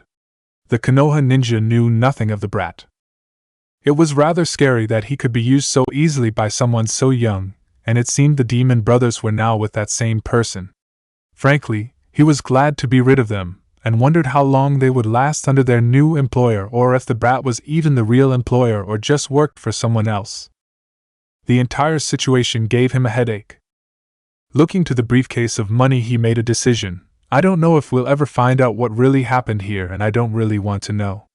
Let's just take the money and go, stated Zabuza, and he grabbed the briefcase while Haku followed behind him as they headed for the main harbor in Wave to get on a ship. Weeks later, Konoha. Kakashi just finished going over the mission report to the Sandaime. They stayed in Wave a few weeks longer until the bridge was completed, and then they headed back to Konoha. Zabuza had disappeared after the fight, and Kakashi didn't really care where the man was headed. The mission had been upgraded to an A rank, and Wave Country was able to pay them because of an anonymous donation of money to the village. The Sandaime dismissed him and Kakashi left the office. Putting the file onto the stack on his desk, the Sandaime went about finishing up the rest of the work he had to do. A little while later, the secretary came in and took the files away. She sorted them into the stack of files that were going to the archives to be stored among the other mission reports and other ninja files of the village as well as the ninja library. Sweating profusely, Izumo and Kotetsu each carried a very heavy stack of files up the long staircase to the ninja archives and ninja library, which were both together in the Hokage mountain. It was a hot day and they actually wished they were still on gate duty instead. Being messenger boys for the Hokage was a common job for them. They were let into archives and walked past Uzumaki Naruto, who was sitting in at one of the many tables and copying information from a library scroll to one he had brought with him. Naruto glanced up briefly but gave no indication that he had really noticed them or cared. They proceeded through the library section and into one of the many filing rooms. The stacks were set down, and they went to work filing everything into where it was supposed to go. A couple hours later, both Chunins emerged from the filing room and walked past Naruto again to leave. They also walked past the cloaked ANBU that headed to same file room the two Chunin had just left. Sifting through the filing cabinets, the ANBU found the correct file Danzo-sama wanted and copied its contents. Root Headquarters. A file was placed in front of him by one of his Root ANBU and he peered through its contents with his right eye exposed to memorize everything. Technically, he could have just gone to the archives himself and looked at the file there, but he didn't want to be seen entering the archives or looking at the mission report. He had already received Shin's report on the mission and wanted to see the written mission report submitted by Kakashi, which would likely have more information that may not have been known to the young Root ninja. The mission seemed normal enough, and the only thing that stood out was the fact that Team 7 was not killed by Momochi Zabuza but rather captured. However, he considered that Gato wasn't completely foolish and knew that if he had killed Konoha Ninja, then the village would not sit by idly. It was one thing for ninja to be killed on duty by other ninja or accidents, but having an entire genin team killed by a greedy businessman was not something that the village would stand for. When Kakashi and his team didn't return or send any message concerning the status of the mission, more ninja would be sent after them, and that would bring far more attention to Wave Country than Gato likely wanted. His own unsanctioned missions to Wave Country revealed that the QB container had secretly traveled to Wave Country several times in a 6-month period and that the boy was visiting Gato. It was unclear what the two talked about, as the scroll Sai had sent him was gibberish except for a few names, which were the boy's genin teammates, and also Orochimaru's. That one name in the conversation set off alarm bells for him, and he tried to find some kind of connection between Orochimaru and Gato or Orochimaru and Uzumaki Naruto. The search had come up empty, and his men could find nothing connecting those names together. He had also checked the genin mentioned and did find that they had failed the Chunin exams an exorbitant amount of times, and it made him suspicious about those two genin. He would have Shin look into it in the next Chunin exams, which they would all likely be participating in. Any information about what Uzumaki was doing with Gato was now lost, as the shipping tycoon had been killed by Momochi Zabuza. The mission file also mentioned a fake hunter-nin, which was likely the person that Sai spotted following the QB container. Nothing about the situation made much sense, and the only people who could give him more information were unobtainable. He couldn't have the Jinchuriki interrogated or questioned, and he wasn't foolish enough to send his ninja after Momochi Zabuza and a Hayaton user. If the former Kiri ninja could evade or kill Hunter-nin for so long, then his Root ANBU would likely not stand a chance against the silent killing skills of Zabuza. He considered trying to have Fu search the Jinchuriki's mind, but that could be very dangerous, as it was not known if a person could mind walk in the mind of a Jinchuriki, and he wasn't willing to risk losing Fu to find out. This left only one option, which was to continue surveillance on the QB container in hopes that something else would be discovered. Something would turn up eventually, and he would find some answers about what the boy was doing in Wave Country and meeting with Gato.